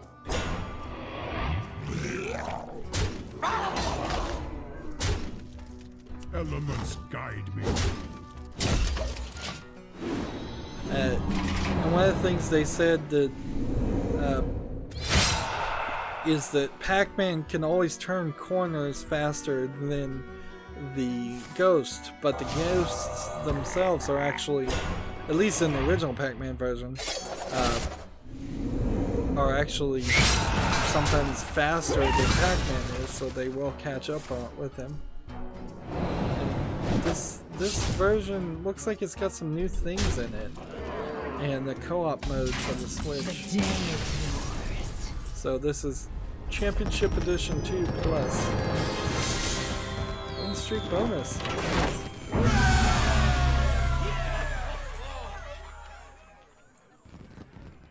And my Hearthstone deck tracker app is just in a mess right now. And it may just always be a mess because, let's see, I need 7 more overload cards, and that's it, really. Playing a European and an Asian account is just not something that they've done. This really doesn't connect to anybody else other than YouTubers, but apparently somebody tried to steal the login credentials of Philip DeFranco, who is a big-time YouTuber, by sending him a fake forged copyright claim. And the idea is you would click the button to view the claims. You would click on the view claim details. It would take you to a fake website and steal the login credentials. The email is from YouTube copyright at inbox.lv, and I imagine that is an ever changing email address as people might try to do this. Personally, as a YouTuber, I always have the copyright page open, and I always have YouTube open and logged in, so I'm not sure how many YouTubers that are big time YouTubers would ever click on an email and fall for that. I suppose it would just be a matter if you were careless or if you were trying to log in on some foreign computer, which I don't think I would log in on a foreign computer. Tragic Master says he's back and good game. Thank you.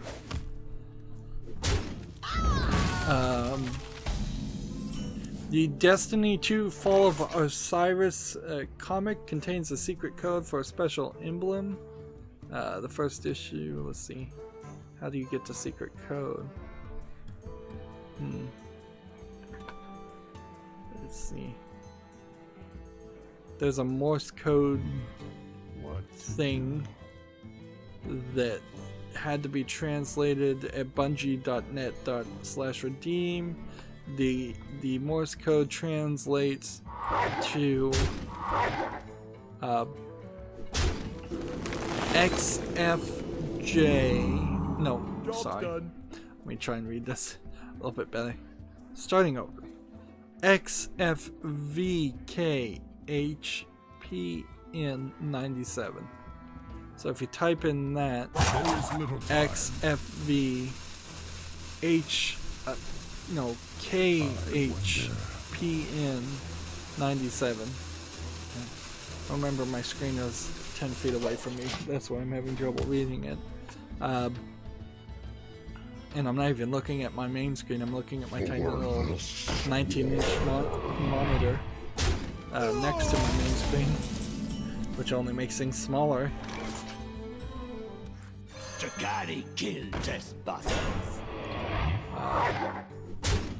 So you put that in and you unlock something called the Visionary. It's a kind of item, I imagine. It's an emblem. It shows up in your collection under emblems too. What to do? There's no indication that the code is time limited, but no indication it's not either, so you probably should do it if anybody's playing Destiny 2, which I guess inherently that's the bigger question. Is anybody playing Destiny 2?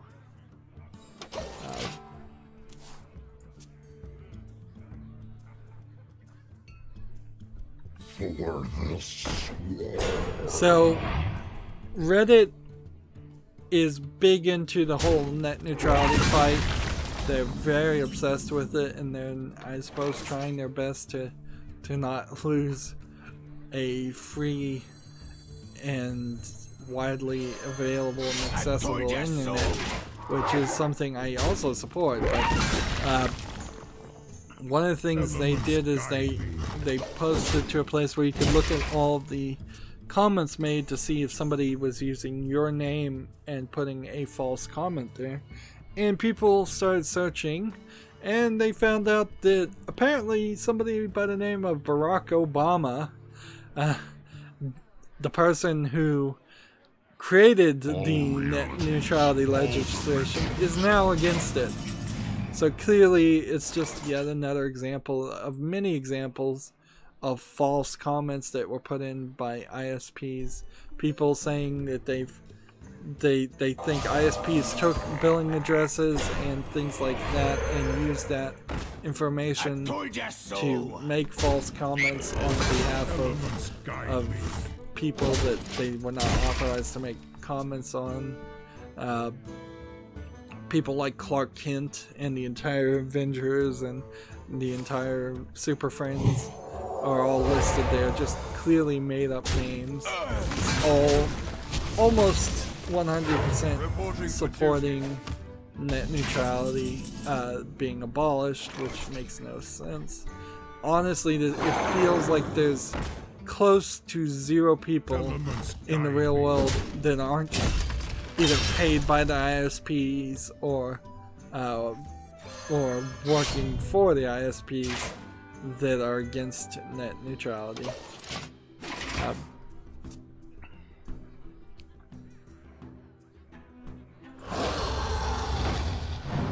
And with that, I'm done with the news, so I'll go back to Twitter and see if anything new happened.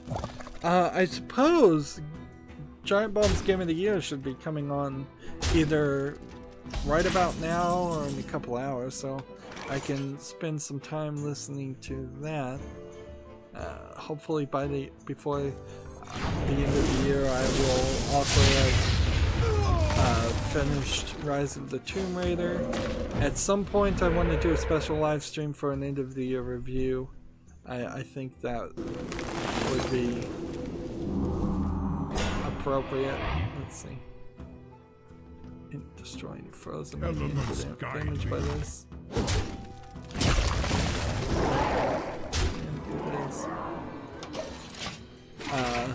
Right now you can get Layers of Fear and the soundtrack for a limited time.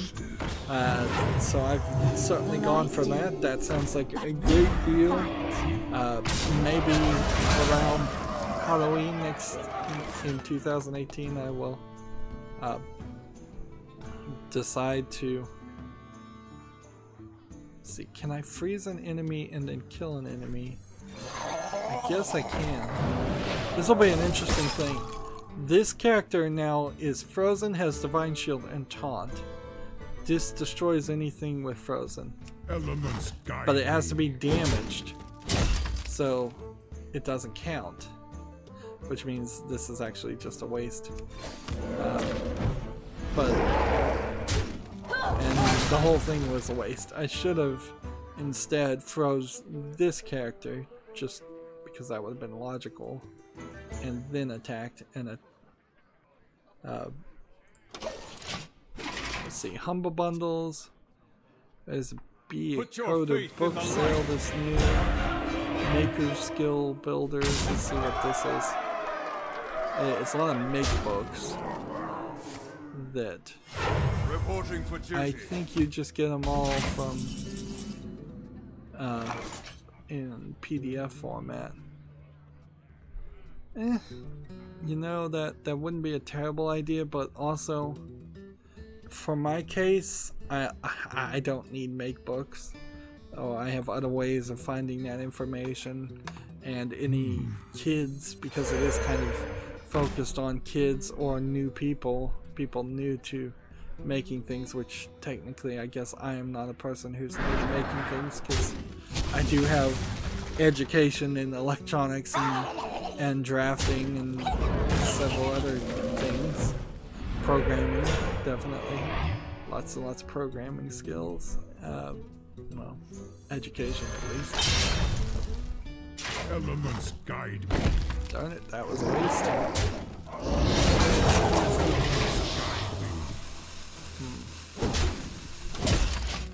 So, yeah.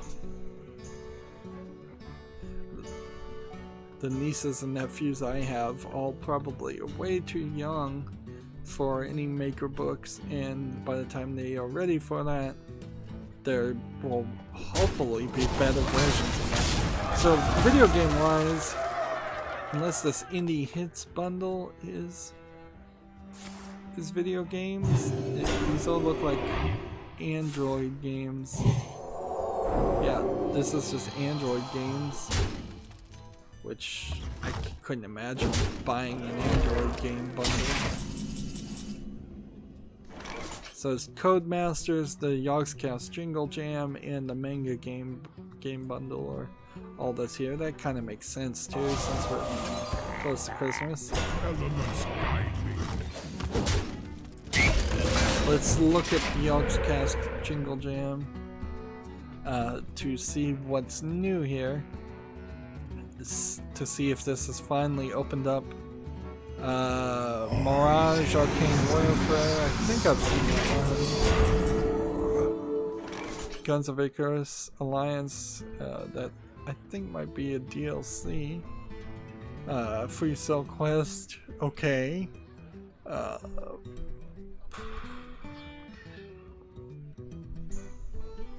No, this really is just not the best bundle. It just doesn't work. There's no name recognition at all on most of these games. But I just need to play overload cards, and that's all I really needed to do. Yeah, so one more week for the Yogscast Jingle Jam. Your best bet right now on Humble Bundle is to go get Layers of Fear for free. Come over here to Twitter and see if there's anything there. I had to mute a couple of things that I started following, probably through contests. I haven't done a lot of contests lately. One of the things about my tweets of pre-recorded stuff too is I've really given up on trying to find any hashtags that bring in any real people. Let the hunt begin for Doomhammer. And like I'm just now making shorter tweets that probably aren't bringing in any new audience, but I've yet to see any new audience actually come from Twitter at all. It seems like all my views come directly from YouTube. It's hard to tell if that's how that would be different.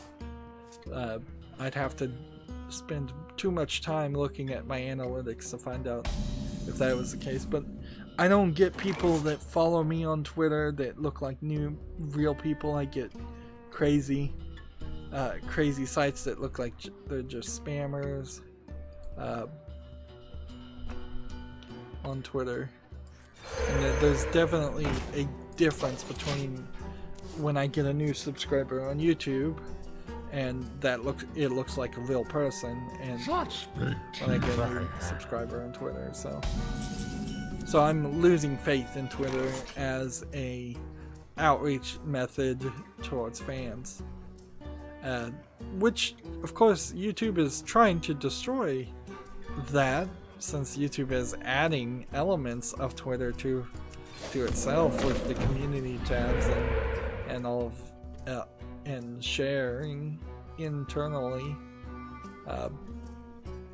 They haven't fully succeeded on that, but they're working towards it.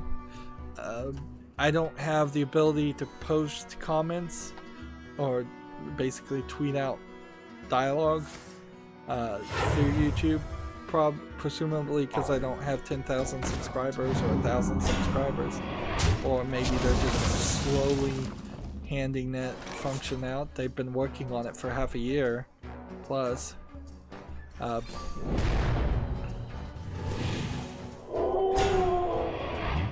So I suppose if I did get that ability at some point in the future, I might almost completely forget about Twitter, as much as I've completely forgotten about YouTube. Not YouTube, I mean Facebook.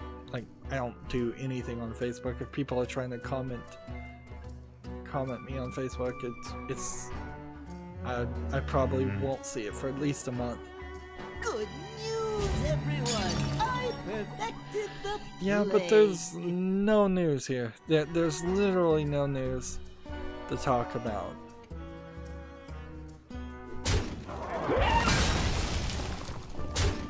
And I imagine it's slightly too early to do Game of the Year.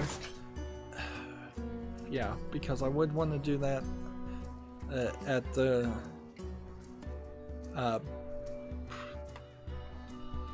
well, I want to do Game of the Year on the 30th or the 31st. That would be the plan. That would be realistic.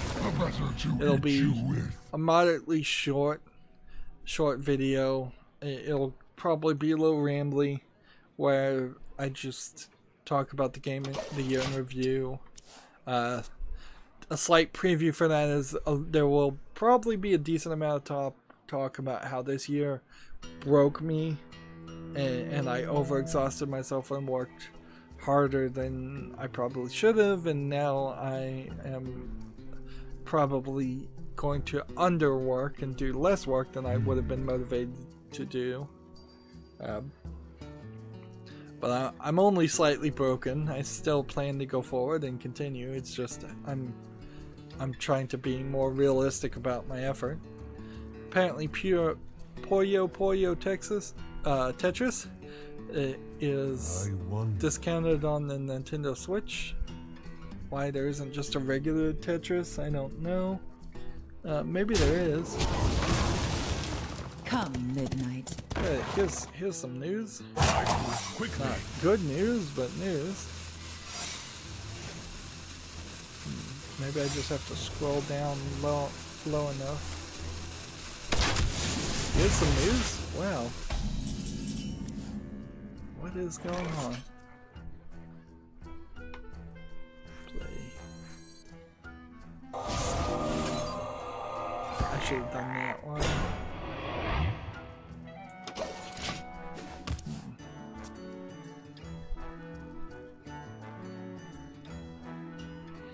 I don't think I'm gonna get a new video card this Christmas.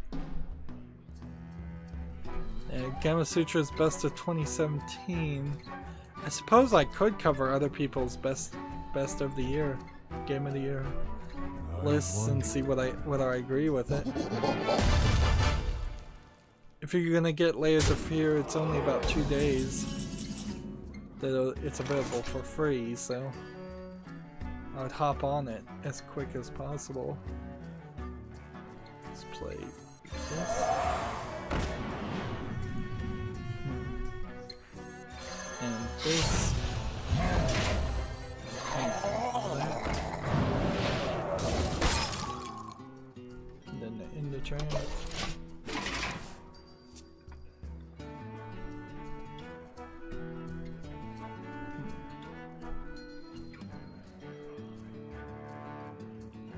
There is some rumors I haven't talked about Counter-Strike Go potentially becoming yet another clone of PlayerUnknown Battleground, which is to say that in Counter-Strike Go you may be able to do everything that you can do in PlayerUnknown Battleground, and probably better. It's not really a clone, but they're just adding that Battle Royale style of mode is the rumor. Such big teeth. I got a Heroes of the Storm free gift, probably from my Twitch. Showed up as a little present box on the Battle.net launcher. I assume if somebody was to gift me cards, that's also where they would show up, or maybe not. They would just show up in my collection. I would hope the game would give me more of a notification than that. Otherwise, it's going to occur. Well, there will be an incident where I simply don't thank somebody for their generosity, and that would be wrong. And I don't want to do that. Let's see. PlayerUnknown Battleground 1.0 launches this week with fancy 3D replays. That's all I want to even read on that article, since I don't really care about PlayerUnknown Battleground. SteamCommunity.com has been blocked in China for being a social network, and the only social networks that I believe are allowed in China are the ones that specifically are copying everything that's said to the Chinese government. I'm not sure if SteamCommunity.com actually has any connection whatsoever, though, with Valve or Steam. It simply may just be a website that uses the same name. Quickly. There's a slight bundle for the Oculus Rift and Touch that gives you a little bit more for the same $500 price, I believe.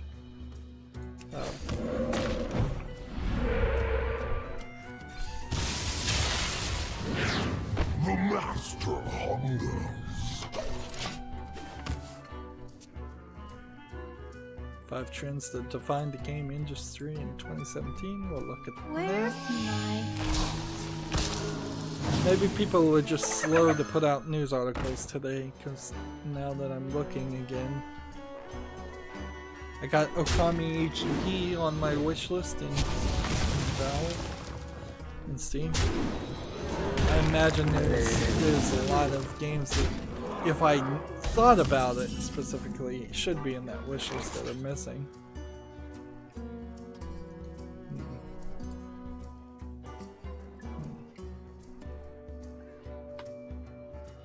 Deal 1 damage to something and freeze it.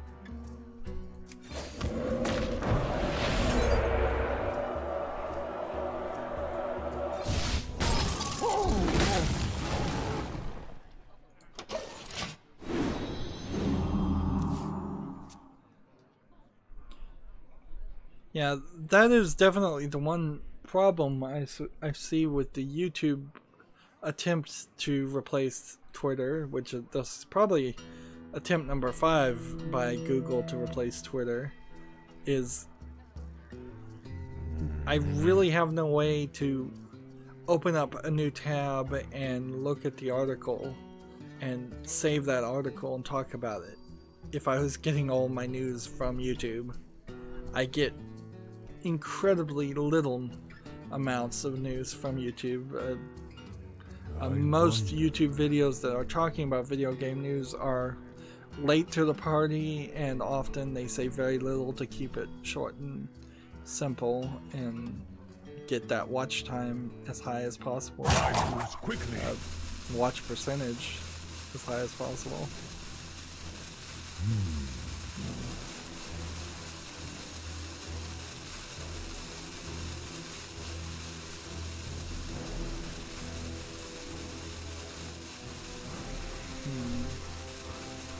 And I'm just scrolling through Twitter now to see if there's any more articles I may have missed. Like, Need for Speed has an update to give you more cards. It's not really news.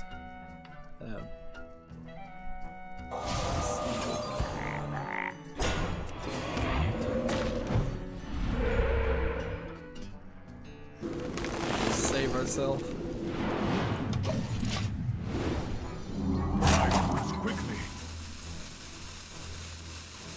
I think the guy has gone AFK, so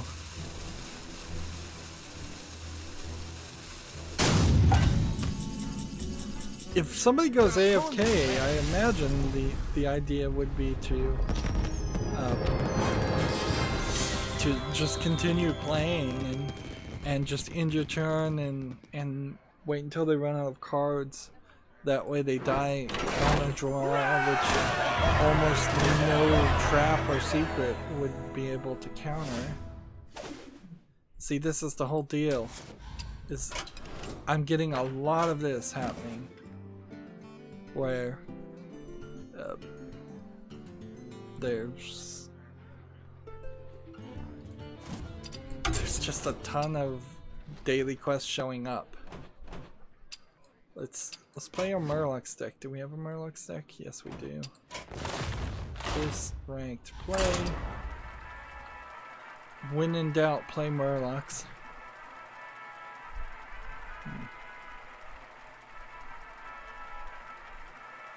Planet Coaster launches an adventure pack update with hundreds of new items. I actually do want to see that, because I wonder if that is make your own roller coaster that people could ride. There we go.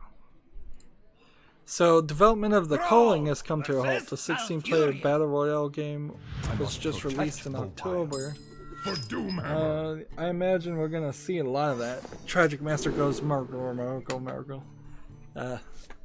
Or however, I'm doing a poor impression of a Murloc here. Yeah, I imagine we're going to see a lot of that, where Battle Royale style games get released, they make a few bucks, and then they just drop development, and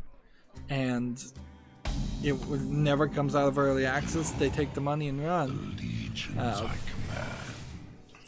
Inherently, I think a lot of that is going to come right down to the fact that Valve lets early access games be so prevalent and prominent on their site, instead of having some standards and telling people you can't release your game in early access on our site, or if it's an early access, we're only going to show it to people that have opted in to seeing early access games. You can see just by the definition here, The Calling being a 16-player battle royale game, just by the numbers, you know that's not going to work when PUBG is, I believe, 100 players. Let's see, here's this Game Sutra's Best of 2017, Elisa Maloon's Top 6 Games. She's a news reporter for Game Sutra, has the Twitch handle @glitchy, which is interesting that she would have gotten that good of a Twitch handle. So her top 6 games start with Doki Doki Literature Club. A lot of people seem to particularly on YouTube, seem to be covering that game. Frankly, from what I've seen, I know it has a bit of a twist to it, but it still seems to have the majority issue and problem of being focused around making it makes the player do a lot of reading, and that's the problem with the visual novels in general for me and for YouTubers in general, is you're doing too much reading. The people that I have seen playing Doki Doki Literature Club inherently, either from the beginning or at some point, start doing silly voices for the characters and start being ridiculous, which arguably is not the best way to present someone else's game. Next on the list, and these aren't numbered, so I wonder if there is a numbering system here or if there isn't. Was Doki Doki number 6 or was Doki Doki number 1? But who knows? It says Wet Remains of Edith Finch. I think there's a lot of people that are going to like that game, and as I see more end of the year articles. Next is Everybody's Golf. I don't think there's really too much wrong with Everybody's Golf, although why, if you're covering 6 of the best games that came out in 2017, I don't think Everybody's Golf should be in your list. I think you can think of 6 better games than that. Perhaps this person only played 6 games, and that's the reason.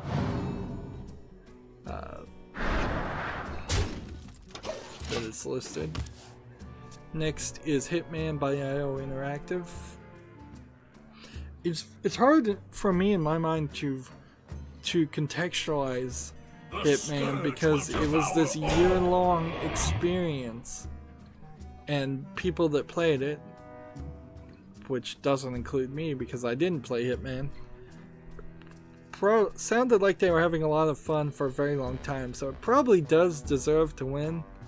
I'm not sure if there ever is like a Game of the Year edition of Hitman and there's a way I can go back and play it there, that I will have as much of a fun time as people who were playing it as it was new and being delivered live. Next on the list is Horizon Zero Dawn. There's some logic to that. There's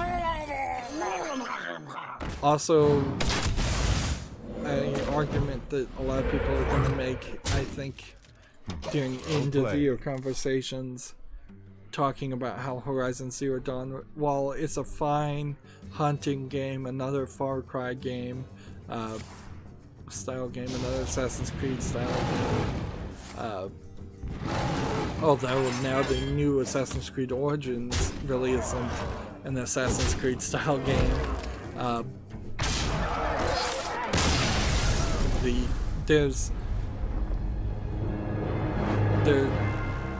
There's not a ton of story from what I've heard in Horizon Zero Dawn, and that seems like that might be problematic. Now I'm stuck on getting wins on this European account, so we'll have to do some work there. And then the next is Life is Strange Before the Storm. Outside of the people that loved Life is Strange 1 and got all the way to the end, there's very little coverage at all of Life is Strange Before the Storm. I feel like if a lot of websites forced themselves to cover Before the Storm, where they may not have even finished Life is Strange or played it at all, I think you'd have a lot more negative reviews of it. But since it's kind of this self-selecting audience, the people that liked Life is Strange 1 will probably like Life is Strange 2. Sadly, I wasn't one of those people. Life is Strange was just a little too strange.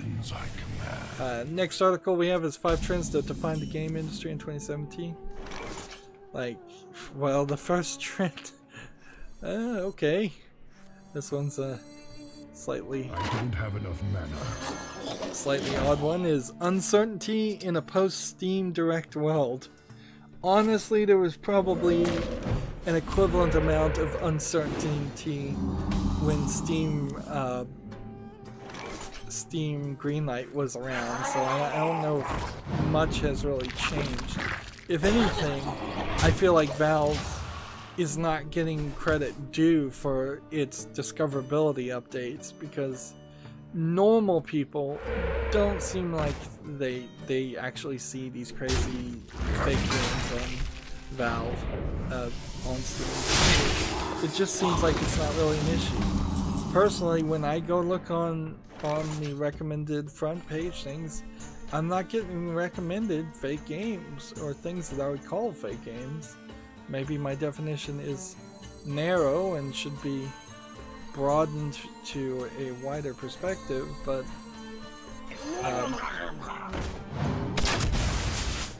it seems like Valve actually did succeed on what they wanted to do. It's just that other people wanted them to do something different.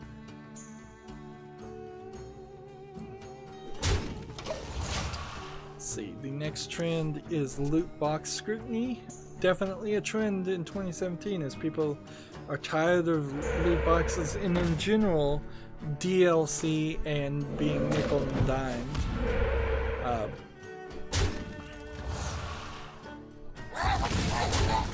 Let's see. Next trend is AR picks up interest as VR comes back to reality. Which is to say, people aren't so hot on VR as they were, which that's not super surprising either.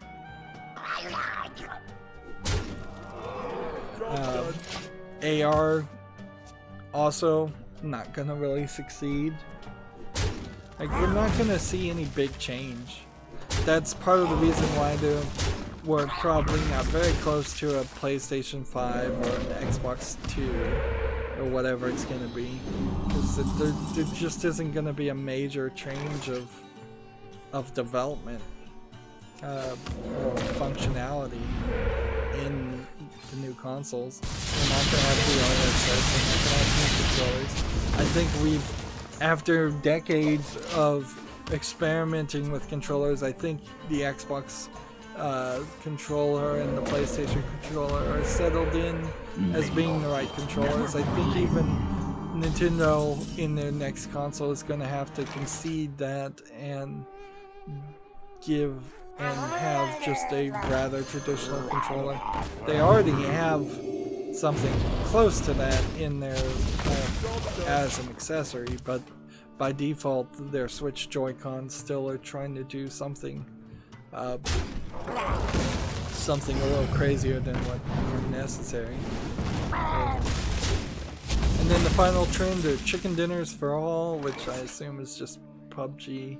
A lot of video game reviewers out there are obsessed with playing PUBG more than I think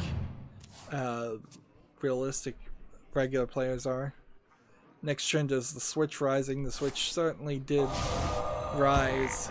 It seemed like it would have been a total failure, or had at least a high chance of being a failure when it first came at the beginning of 2017, and by the end now it seems to be a pretty complete success. Or at least a major competitor. I need that quest. I would have summoned 7 Murlocs by now. Unfortunately on this account I don't have it. For Honor has a Eurogamer article. Again, this is probably still just advertising for For Honor. You fight on a cracking frozen lake in For Honor's new 2 versus 2 Winter Brawl. For Honor should get a special award at the end of this year for biggest failure, biggest waste of advertising dollars.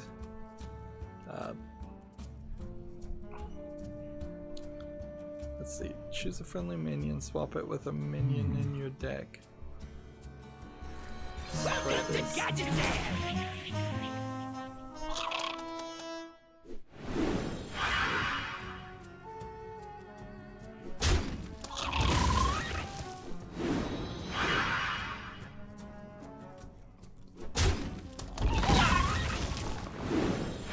Job's done. Well, that's not working greatly.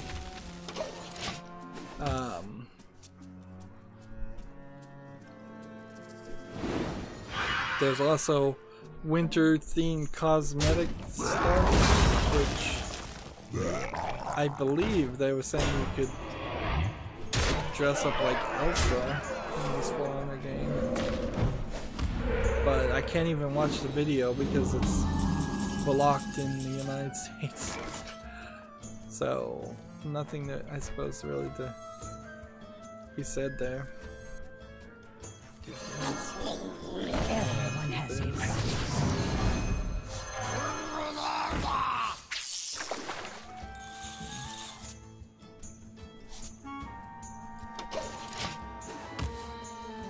Yep.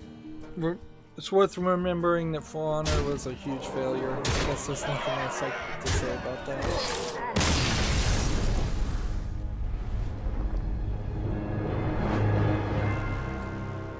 Moving on, Planet Coaster launches their Adventure Pack update. I want to see what these are. Rides, hats, special effects, and 300 plus scenery items. Alright, so on this daily quest, I need to get 2 victories. I could probably get both of these done, but there's... do I want to try and change my schedule any? Not really. Like, if it turns out that December 25th is on Friday. Let me just look at the calendar and let's see. 25th is on Monday. I think I still will just stream on December 25th. Like, I don't see any reason to change my schedule at all. It may be a very short stream, and it may be a very late stream. Come tell us a story or two.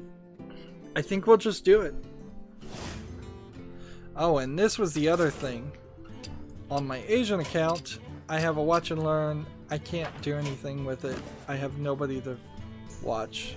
So, let me show what happens here, I believe.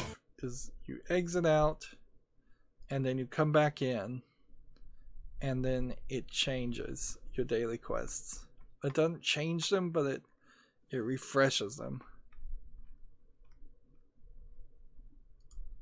The end's full of adventure tonight. Now I'm just seeing a big pink screen because the game has crashed. The game has started crashing too, by the way.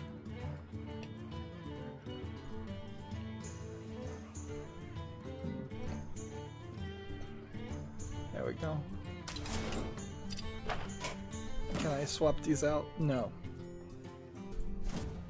So I gotta win 3 games with the mage. Can I win 3 games with the mage? Not super easily.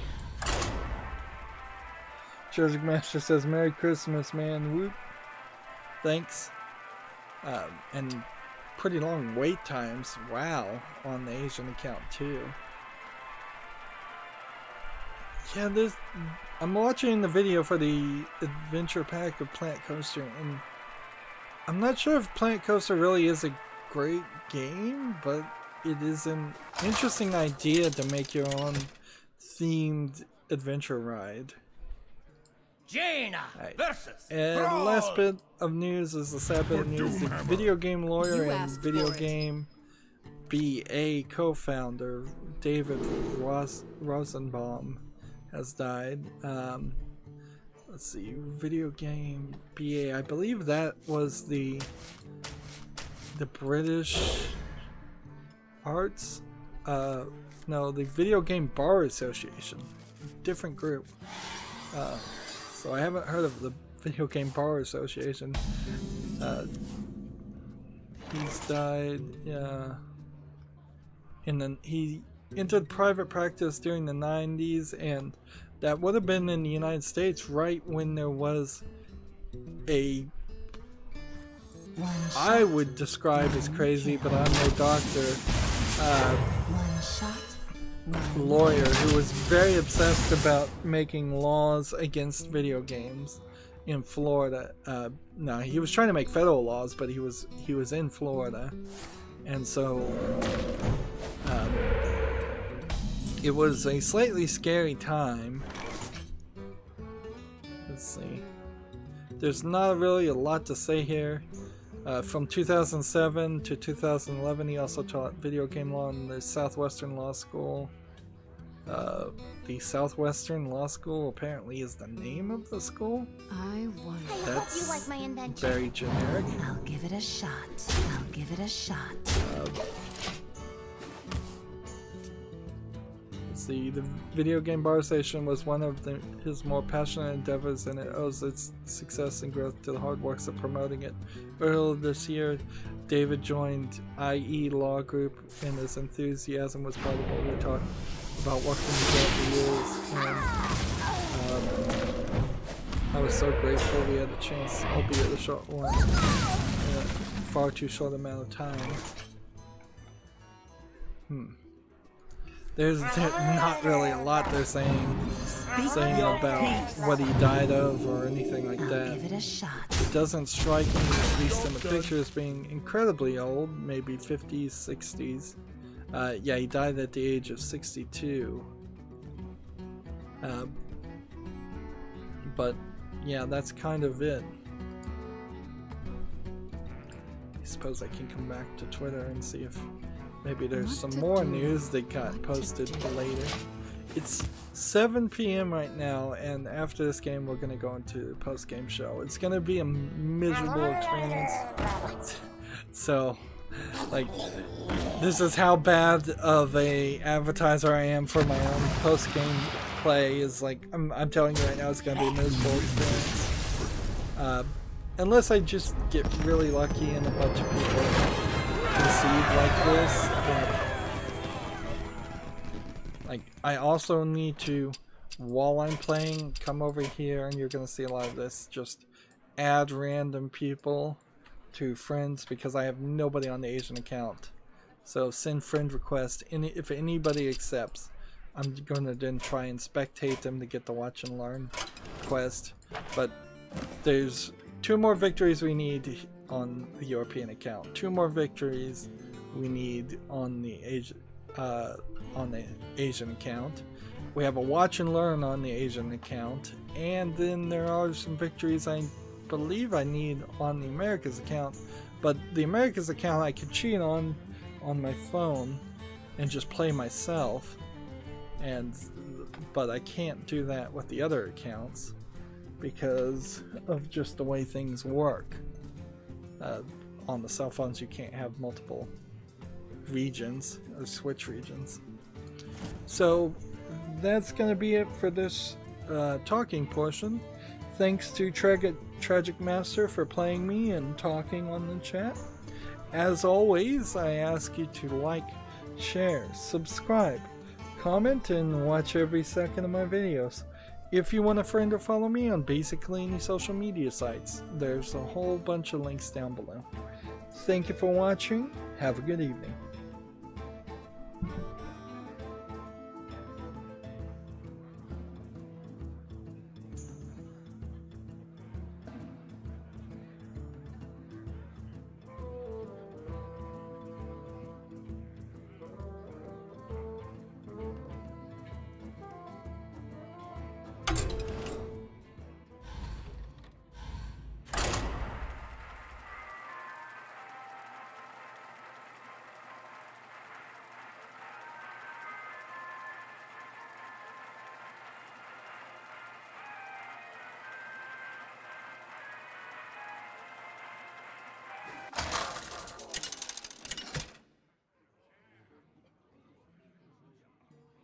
Jaina versus Maiev. None can escape my fury. You asked for it.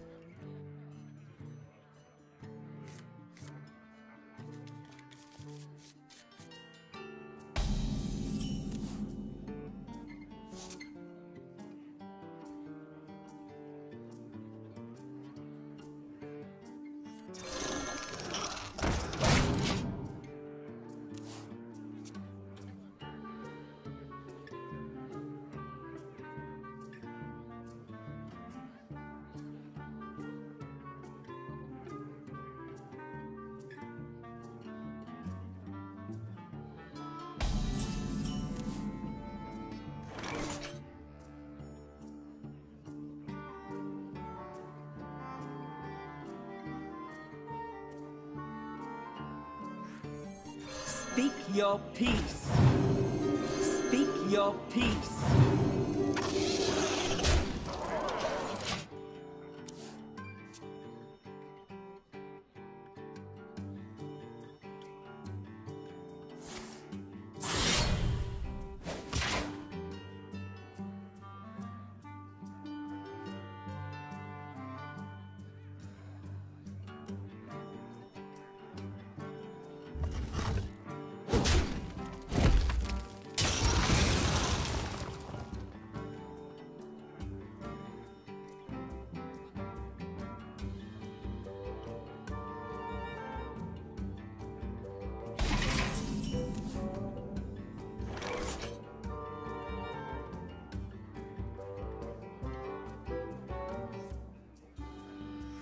Once upon a time. Someone called for the doctor. What a bother. What a bother.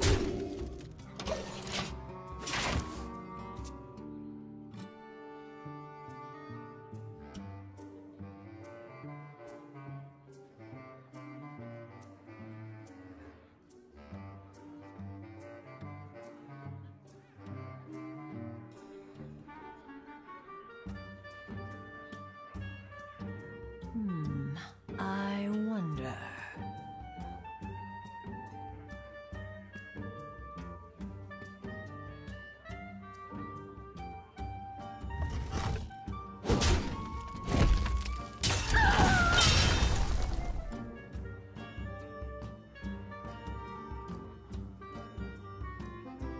Someone called for the doctor.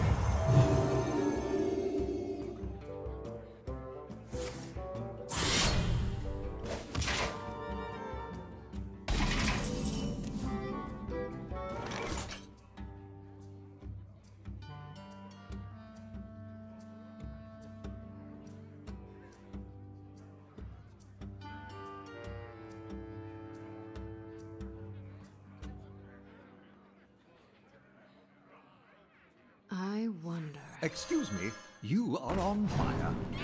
Twist.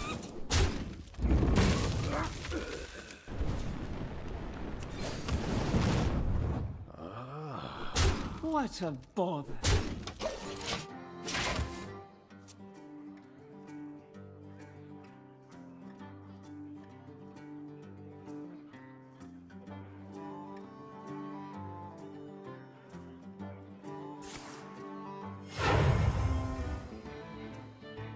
Get behind me.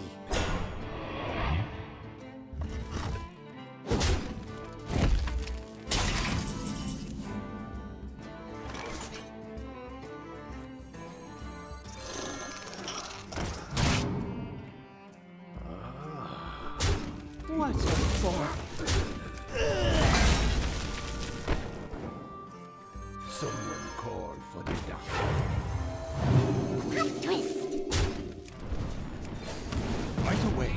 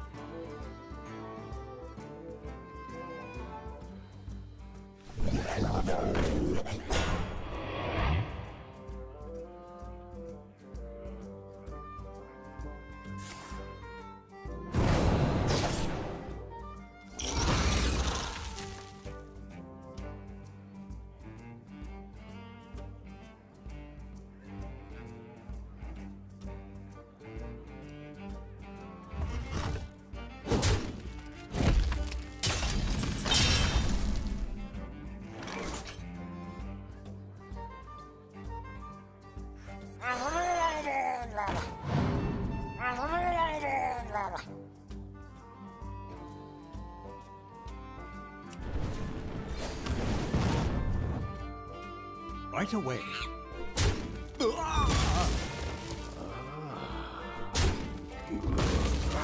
Twist. Job's done.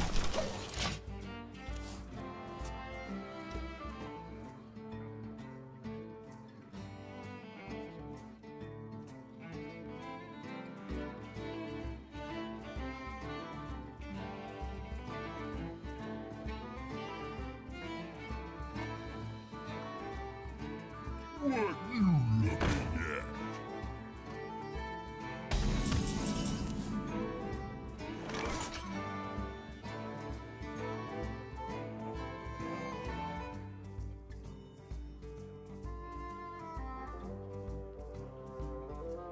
One shot, one kill.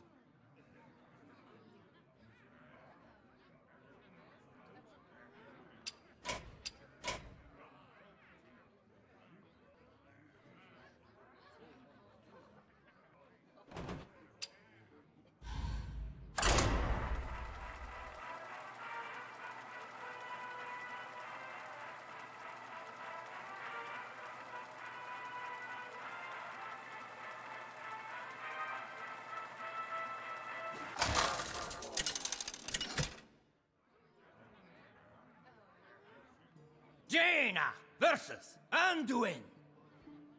The light shall bring victory. You asked for it.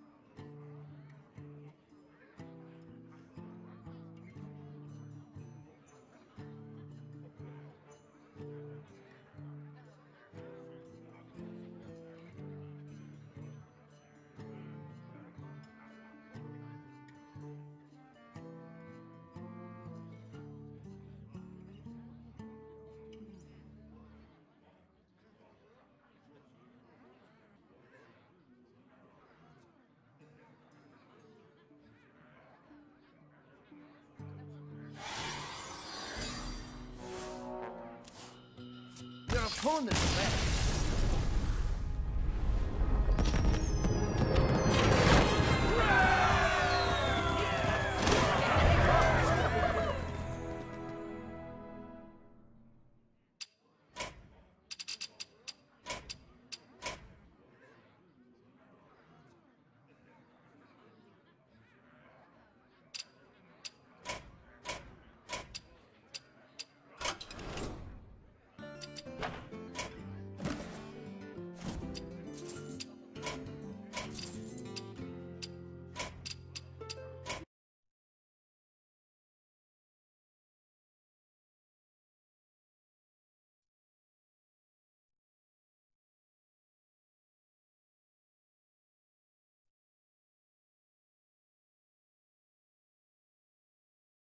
Oh, what an adventure you're having.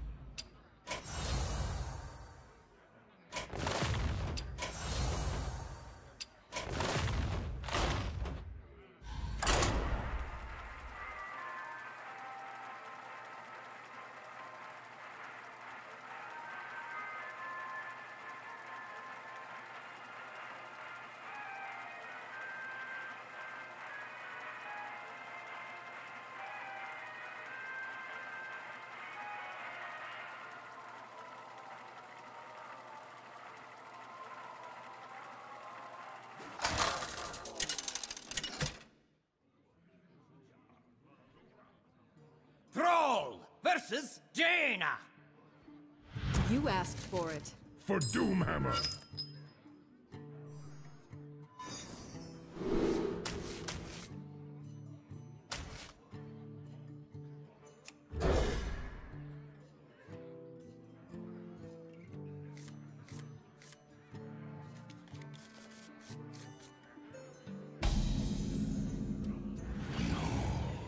The legions I command.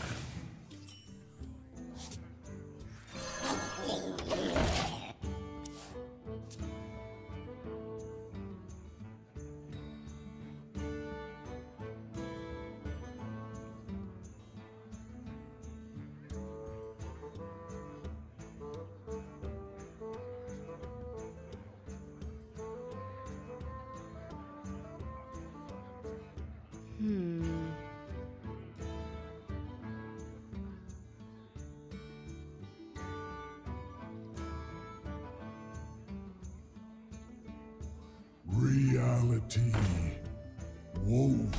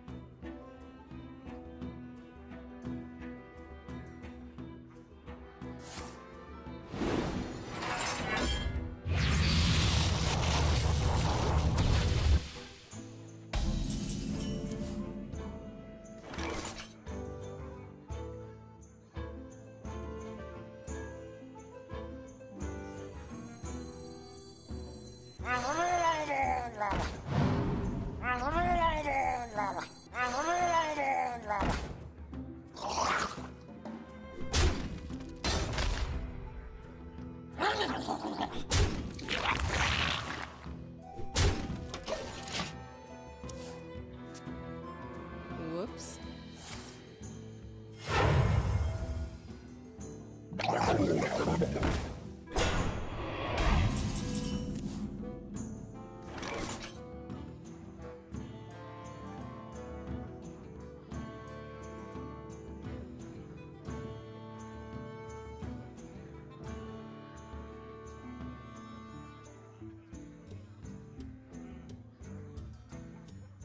I wonder.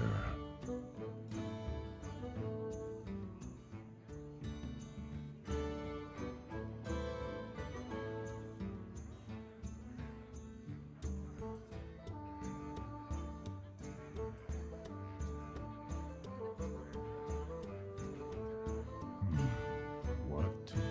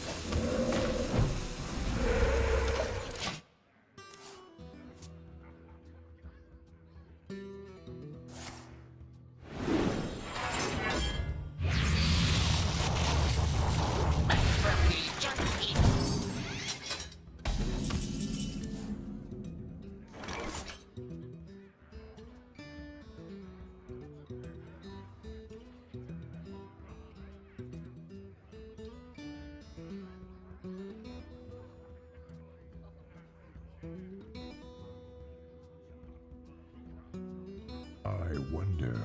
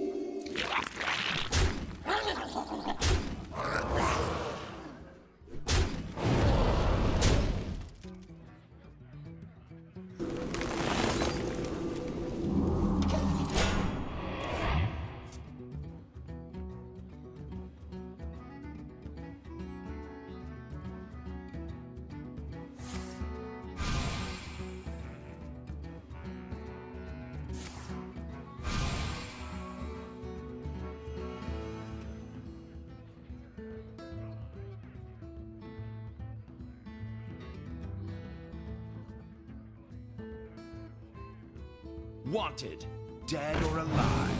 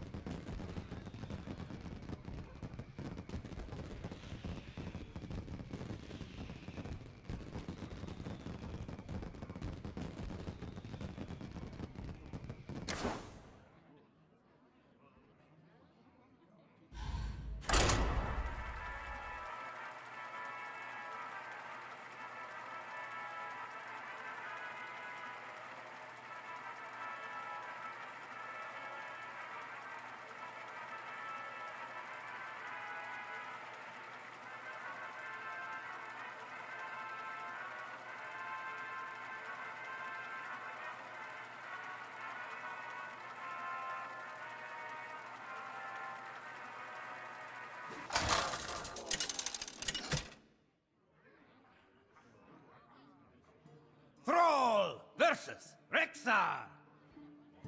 Let the hunt begin for Doomhammer.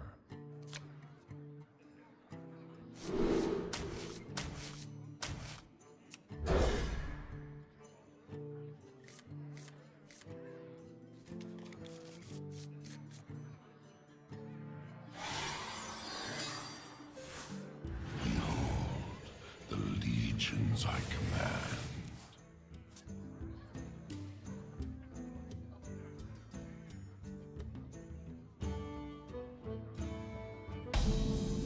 Happy Feast of Wintervale. Happy Feast of Wintervale.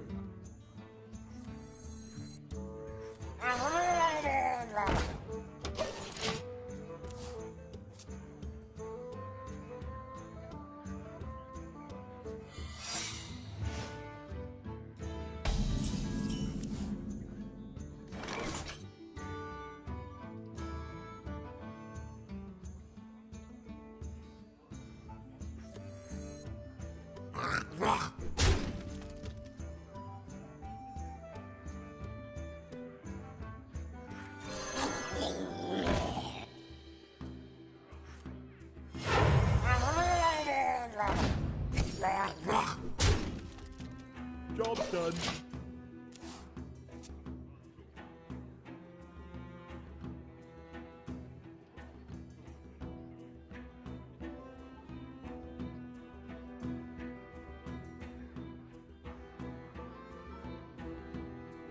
Come, midnight.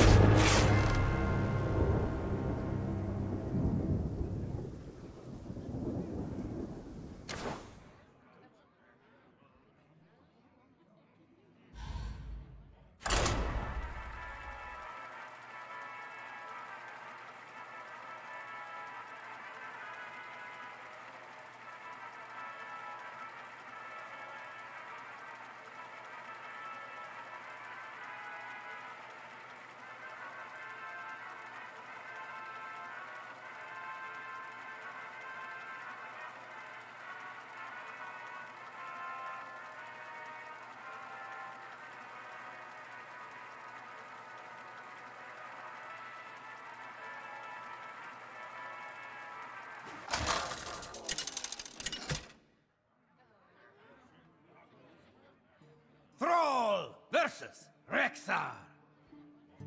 Let the hunt begin for Doomhammer.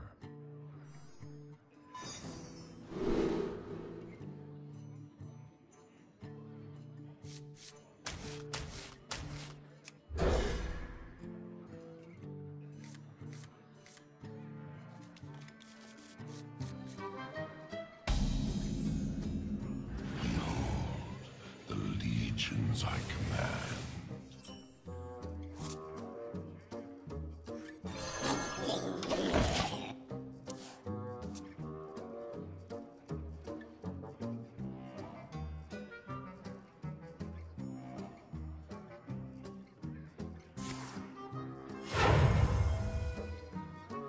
Such big teeth I have.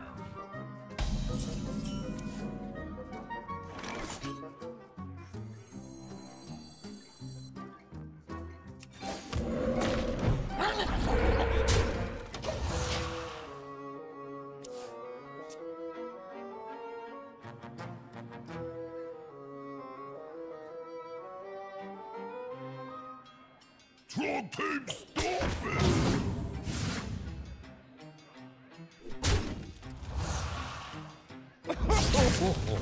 Better to eat you in.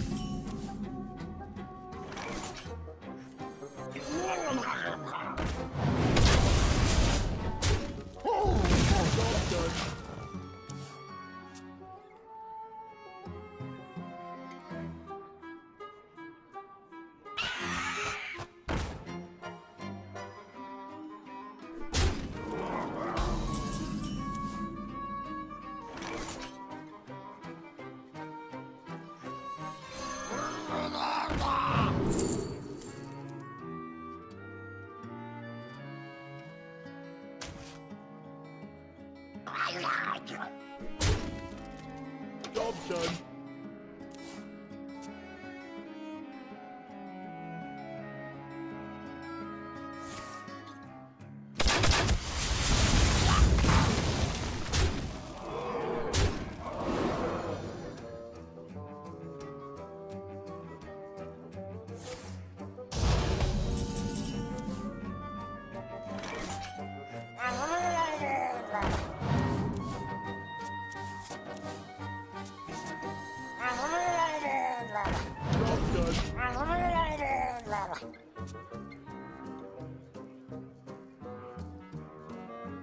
Come, midnight.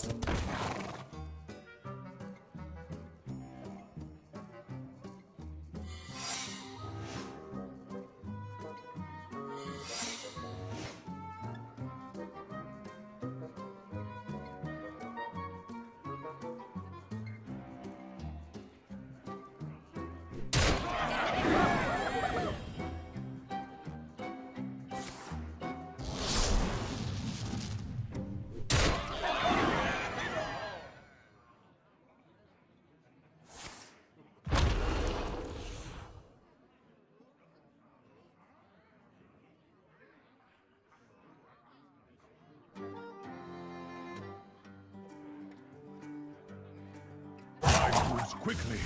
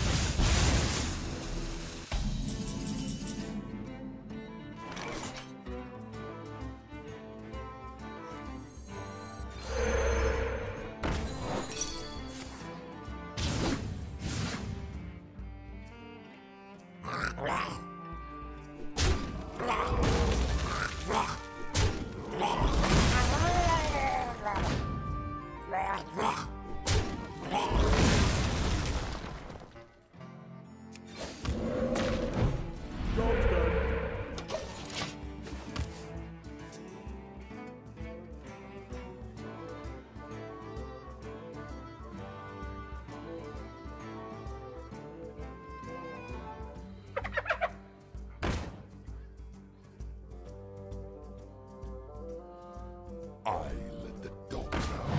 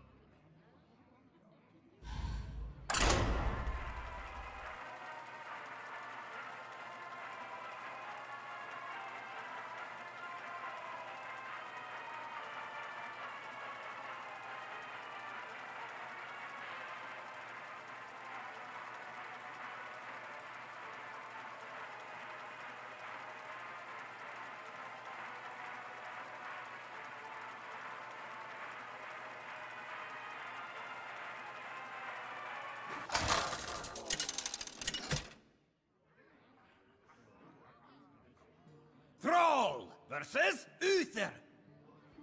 I will fight with honor. For Doomhammer.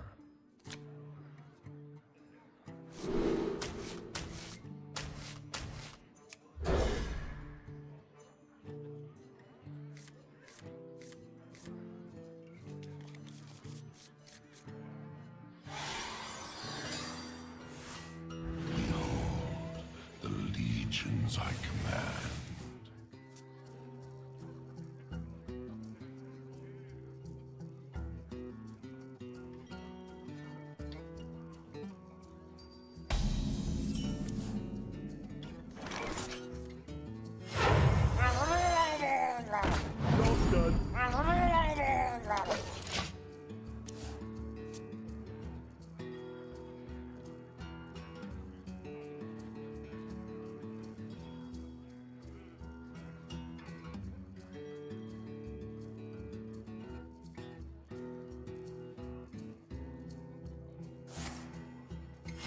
Reporting for duty.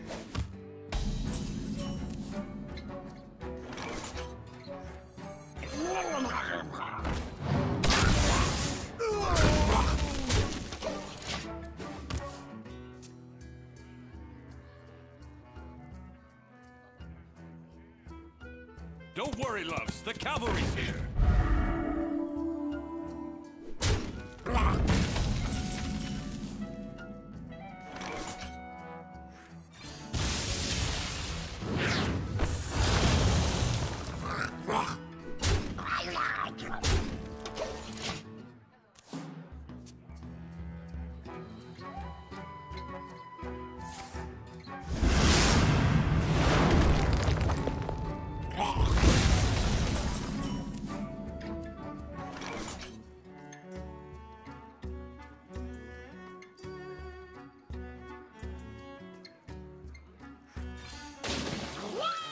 Job done.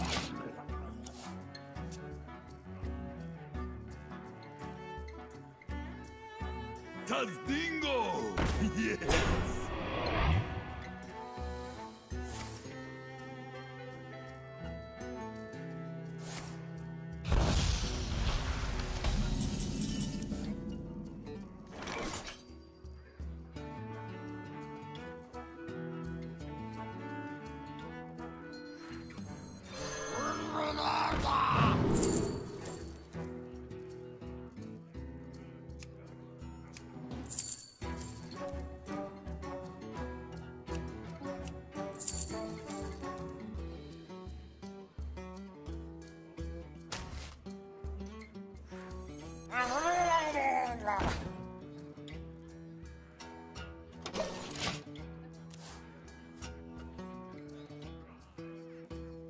What you looking at?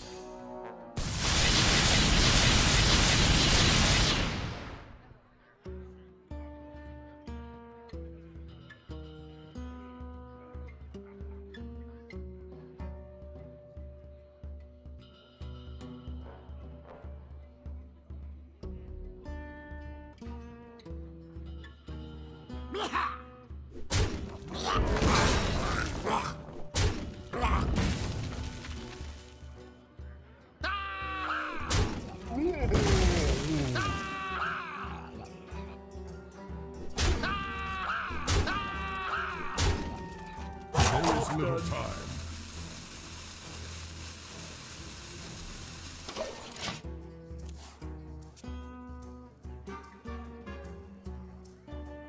Squire, attend me. Ready, sir. Reporting for duty.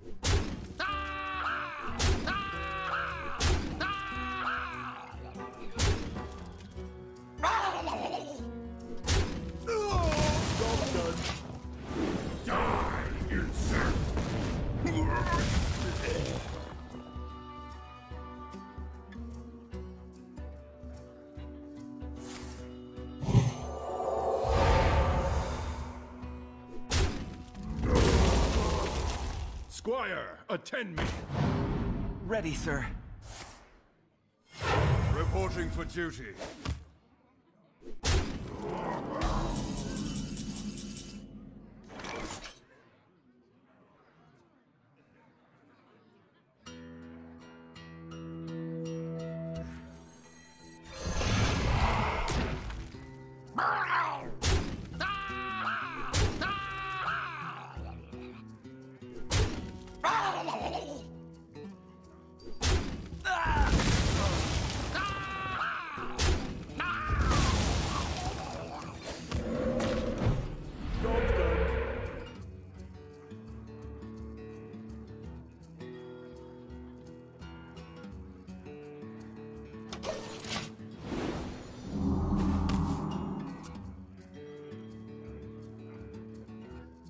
Tazdingo! Yes!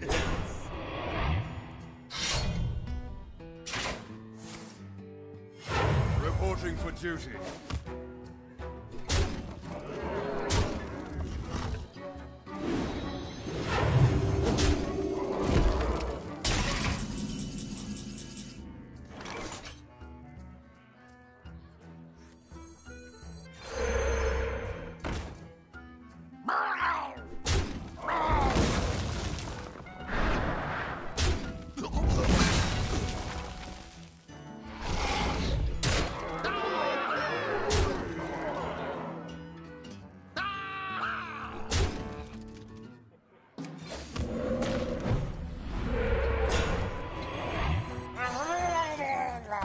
Job's done.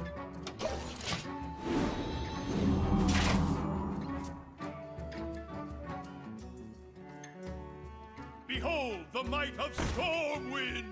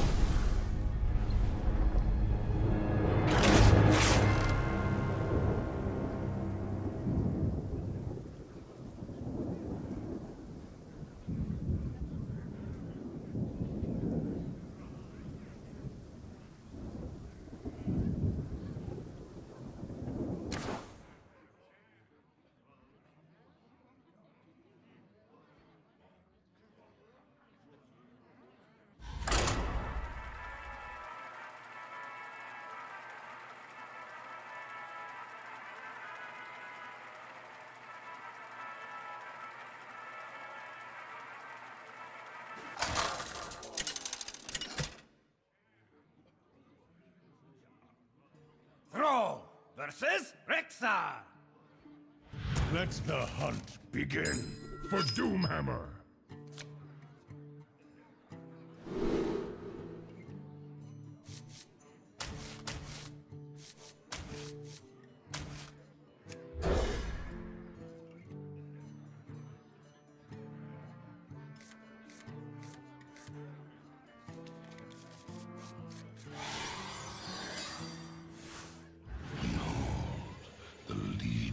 I command.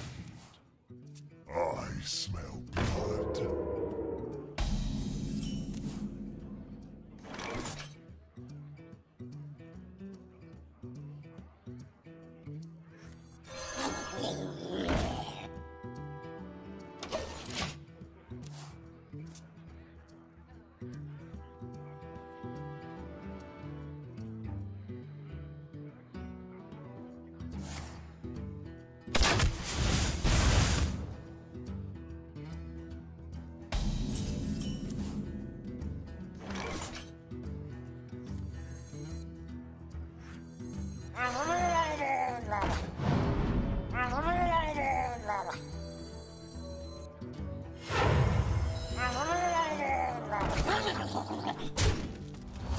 Job done.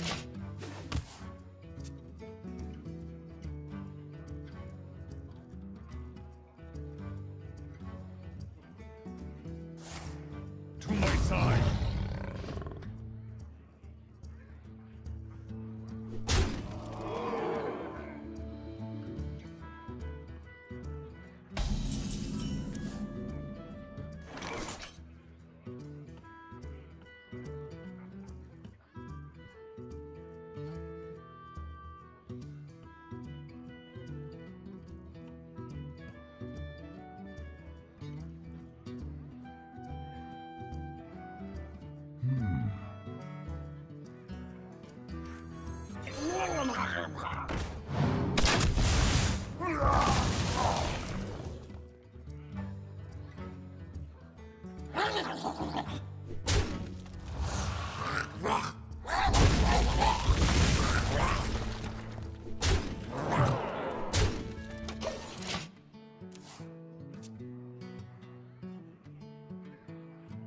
Pandaria will be ours!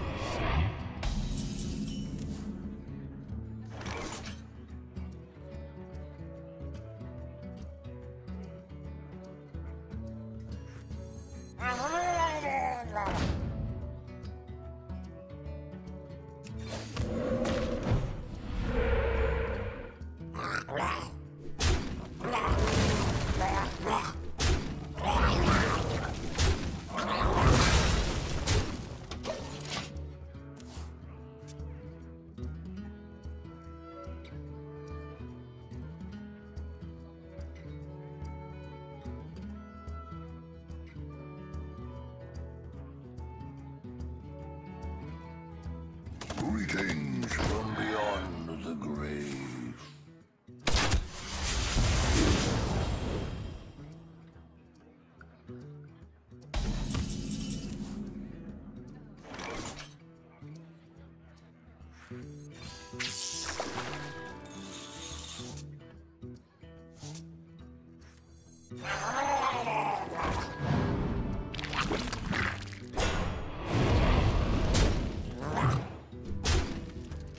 Job's done.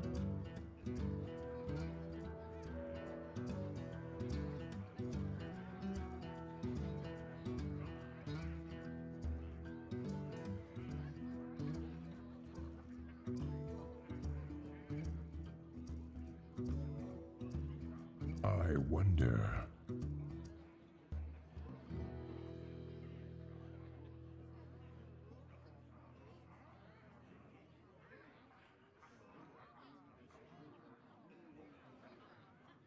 There is little time. I wonder.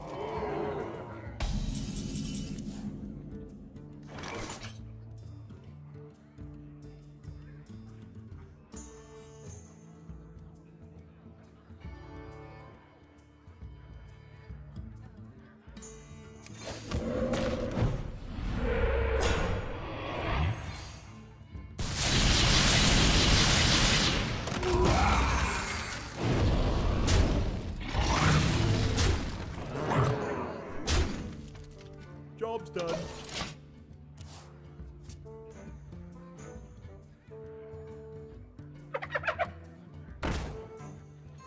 I let the dogs out. Someone call for him.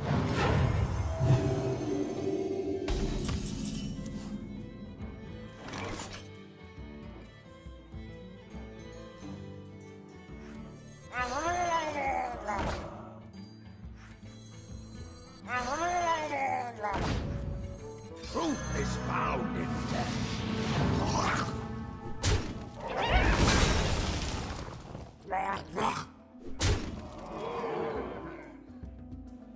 Give that minion a turn to get ready.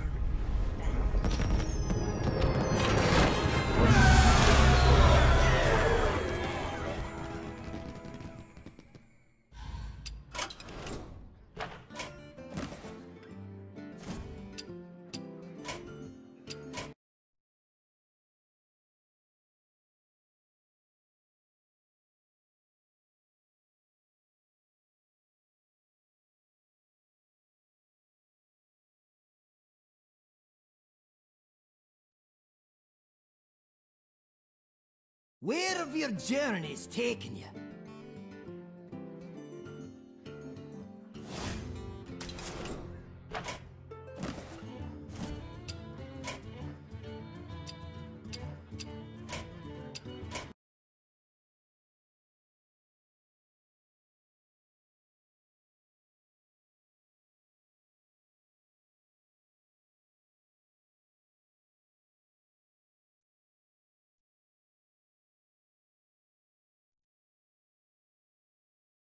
Welcome to my end.